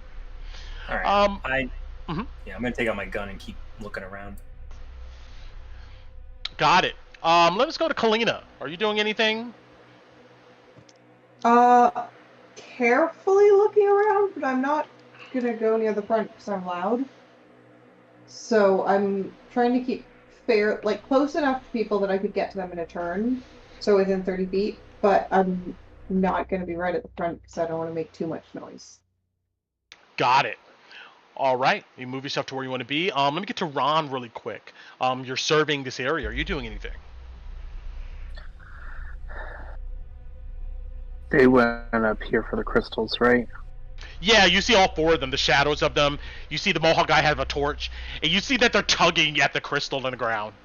One guy has a sword, and he's like chopping at the rock next to it. I'm gonna shoot the test dummy. No, I'm just kidding. Yeah. He has infinite life. Here. I'm gonna more or less just kind of stay in the center, keep an eye out for anything, everything. Got it. Kolabadi, what are you doing? Oh, keeping an eye on our bee Mohawk friend. We're also trying to keep some of the other people in our group within eyesight. Got it. You're watching these guys. You see Louis beginning to look in these buildings. Alice, what are you doing? Going the opposite way that Louis is to try to meet him in the middle. So as I feel like that would be our normal formation. If she saw Louis going off the way he did, she'd start coming around this way to start checking it out. Got it. So, and seeing that door, she'd go for it if I can. You come to this collapsed wall and look inside and see the same stencil on this back wall, but you see another collapsed wall leads deeper into this building here. It's just you see a fine thin layer of dust and dirt over everything. Yeah, I'd start coming in. I see like a door to the south too, or I guess I would. That goes back outside. Yeah. Okay. Yeah, I'll definitely come in and start rooting around, see if there's anything in here of note, and listening out for if anybody gets into some trouble to run to them. Okay. And get to them quick. Roll me a perception check. Yes. There.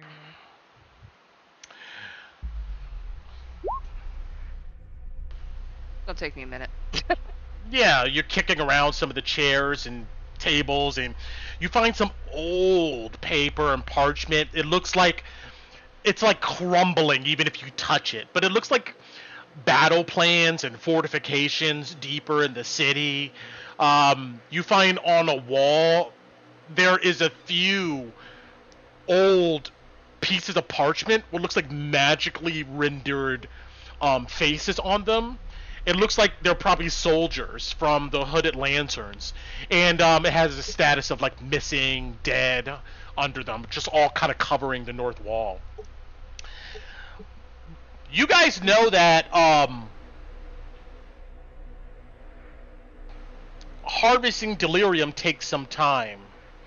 And you know that these guys aren't using any tools, like, Yeah. and so you get a sense that, shit, how long is it gonna take these guys? It's a crystal, right? They're looking at the shard. Yeah, the shard. This purple one here is the large crystal. Can we just leave You get a sense it probably gonna take them like 10 minutes to go ahead and get this out. You see they're hacking and pulling and yanking. You see them gonna watch out. I got this. You see he grabs onto the crystal. Ugh! Fuck, this thing's in here deep. Damn.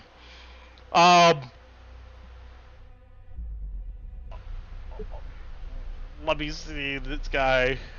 Oh, they have a pretty decent perception.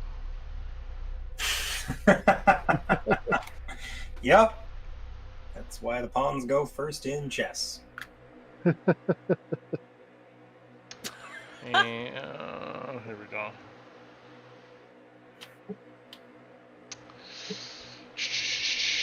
Okay.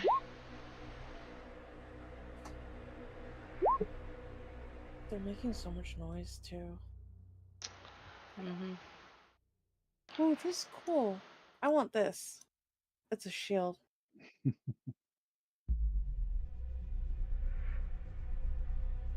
You hear one guy goes, "What was that?" Rolling a 20 Kalina for a random encounter check. I'm gonna say you noticed this first. You see one guy, he stands up. I think I saw something. You see the guy with the torch goes, "Well, looking at it ain't gonna help us move any faster, you idiot! Keep working!" Hinu, get over here now. Okay, what's going on? I'm just gonna move back towards the sister. Torin, what are you doing? I'm trying to be lookout. I'm keeping an eye out for what could possibly be here that this cache still exists. Got it. Louis, do you go into this building and look any further? I do, because I see that basement, and I want to see if I hear anything when I get close. Sure, you step in through the busted wall, and you see a door frame is the only thing standing here. And yeah, you see towards the south. I was going there too, yep. You can move yourself over there, you guys kind of meet up. You want a stealth check, by the way, Brent? Because I'm pretty sure we're both cool. Yeah, sure, rolls, Alice yeah. would be too. Seeing Louis, they'd like lock eyes and be like, give the nod and just start slinking. Mm-hmm. You guys get closer. Stealth, got it. Oh my gosh, Louis. Apparently it's not my day. Yeah, you know. It's always one of us. It's always one of us. Stepping on some boards Oh that wait, you know what? We're about to be done. I'm gonna use my inspiration. Okay. Brent said that it could carry over. Yeah, I'll let you keep it. Because we got it during. Oh. I mean, I'll take the stealth with something coming. You guys see there is steps that seem to go down into what has to be a cellar. You do note that it looks like there is this ethereal haze thick floating down there. Oh, Louis' eyes go up and looks to Alice and nods back towards the group and points at the cellar door and makes like the choking motion. He puts his hands around his neck as if he were choking. Just the Alice just kind of grin and nod. So he nods and starts going back. Okay. We know where to dump the bodies.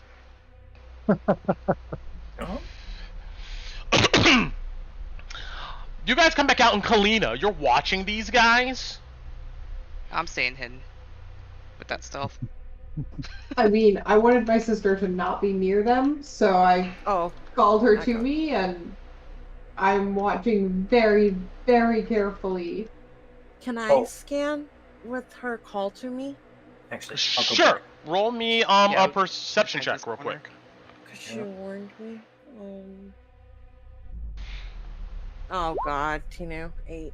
As I pass by Alice, we should mark this place on the map, just in case. Mm-hmm. Just a nod. Jesus. One of these guys standing near the edge of this basin, you see he goes, ah! He like slips and almost falls. You see he looks back towards the water. Something touched me, man.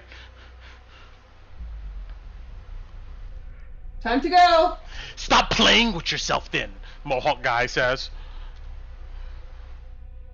You see that, you see he moves away. Fine then! None for you!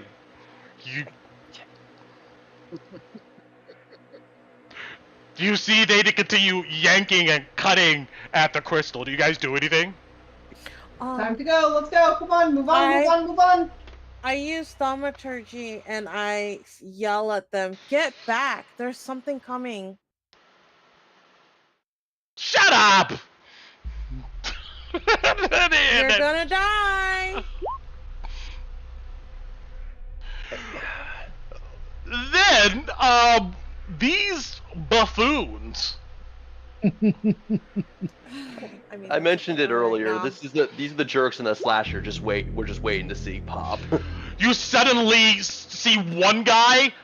It's almost like he just sinks to the ground, and you see he can barely scream before there's a splash, and you see he gets sucked into the water.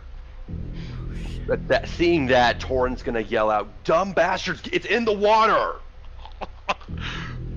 You see they look. Demo! Oh my God. Fuck! Faster! You see they begin to like try to yank at the crystal even faster. And with that, we'll end there, and we'll see what happens next time with these guys. Like I said, slasher movie. No, you never go. He's a. I mouthed off something to Alice. You know, I did my duty of care. I told him to get the hell out. Of course, they're idiots. Of course. Yeah, no. Oh, you don't I understand. know, I know we're they're in the idiots, middle of but a I did my slasher due movie, diligence. and Louis said, yeah, I'll go down to the fucking basement No, by I myself. They didn't go into the basement. I did not want to That's go true. down there. Yeah, No, nobody looked at what was down there. They just saw haze down there. So. That's true. Mm-hmm. It To be was fair, yeah, you saw the haze and then there's like, nope. Oh, it's been an hour since 8, right? It's been No, it's been a couple hours to get here. It's like around 10 o'clock. So would we have been able to check the thing to see if Louis is still sick? I would have kept my eye on Sure. it. While these guys are fucking around near the crystal and screaming at each other, you check, and you see that the tree hasn't changed. You're pretty certain that he's fine. I would let him know as soon as this fight is over. And with we'll that, get to that later. We can we'll run. go ahead and end the stream.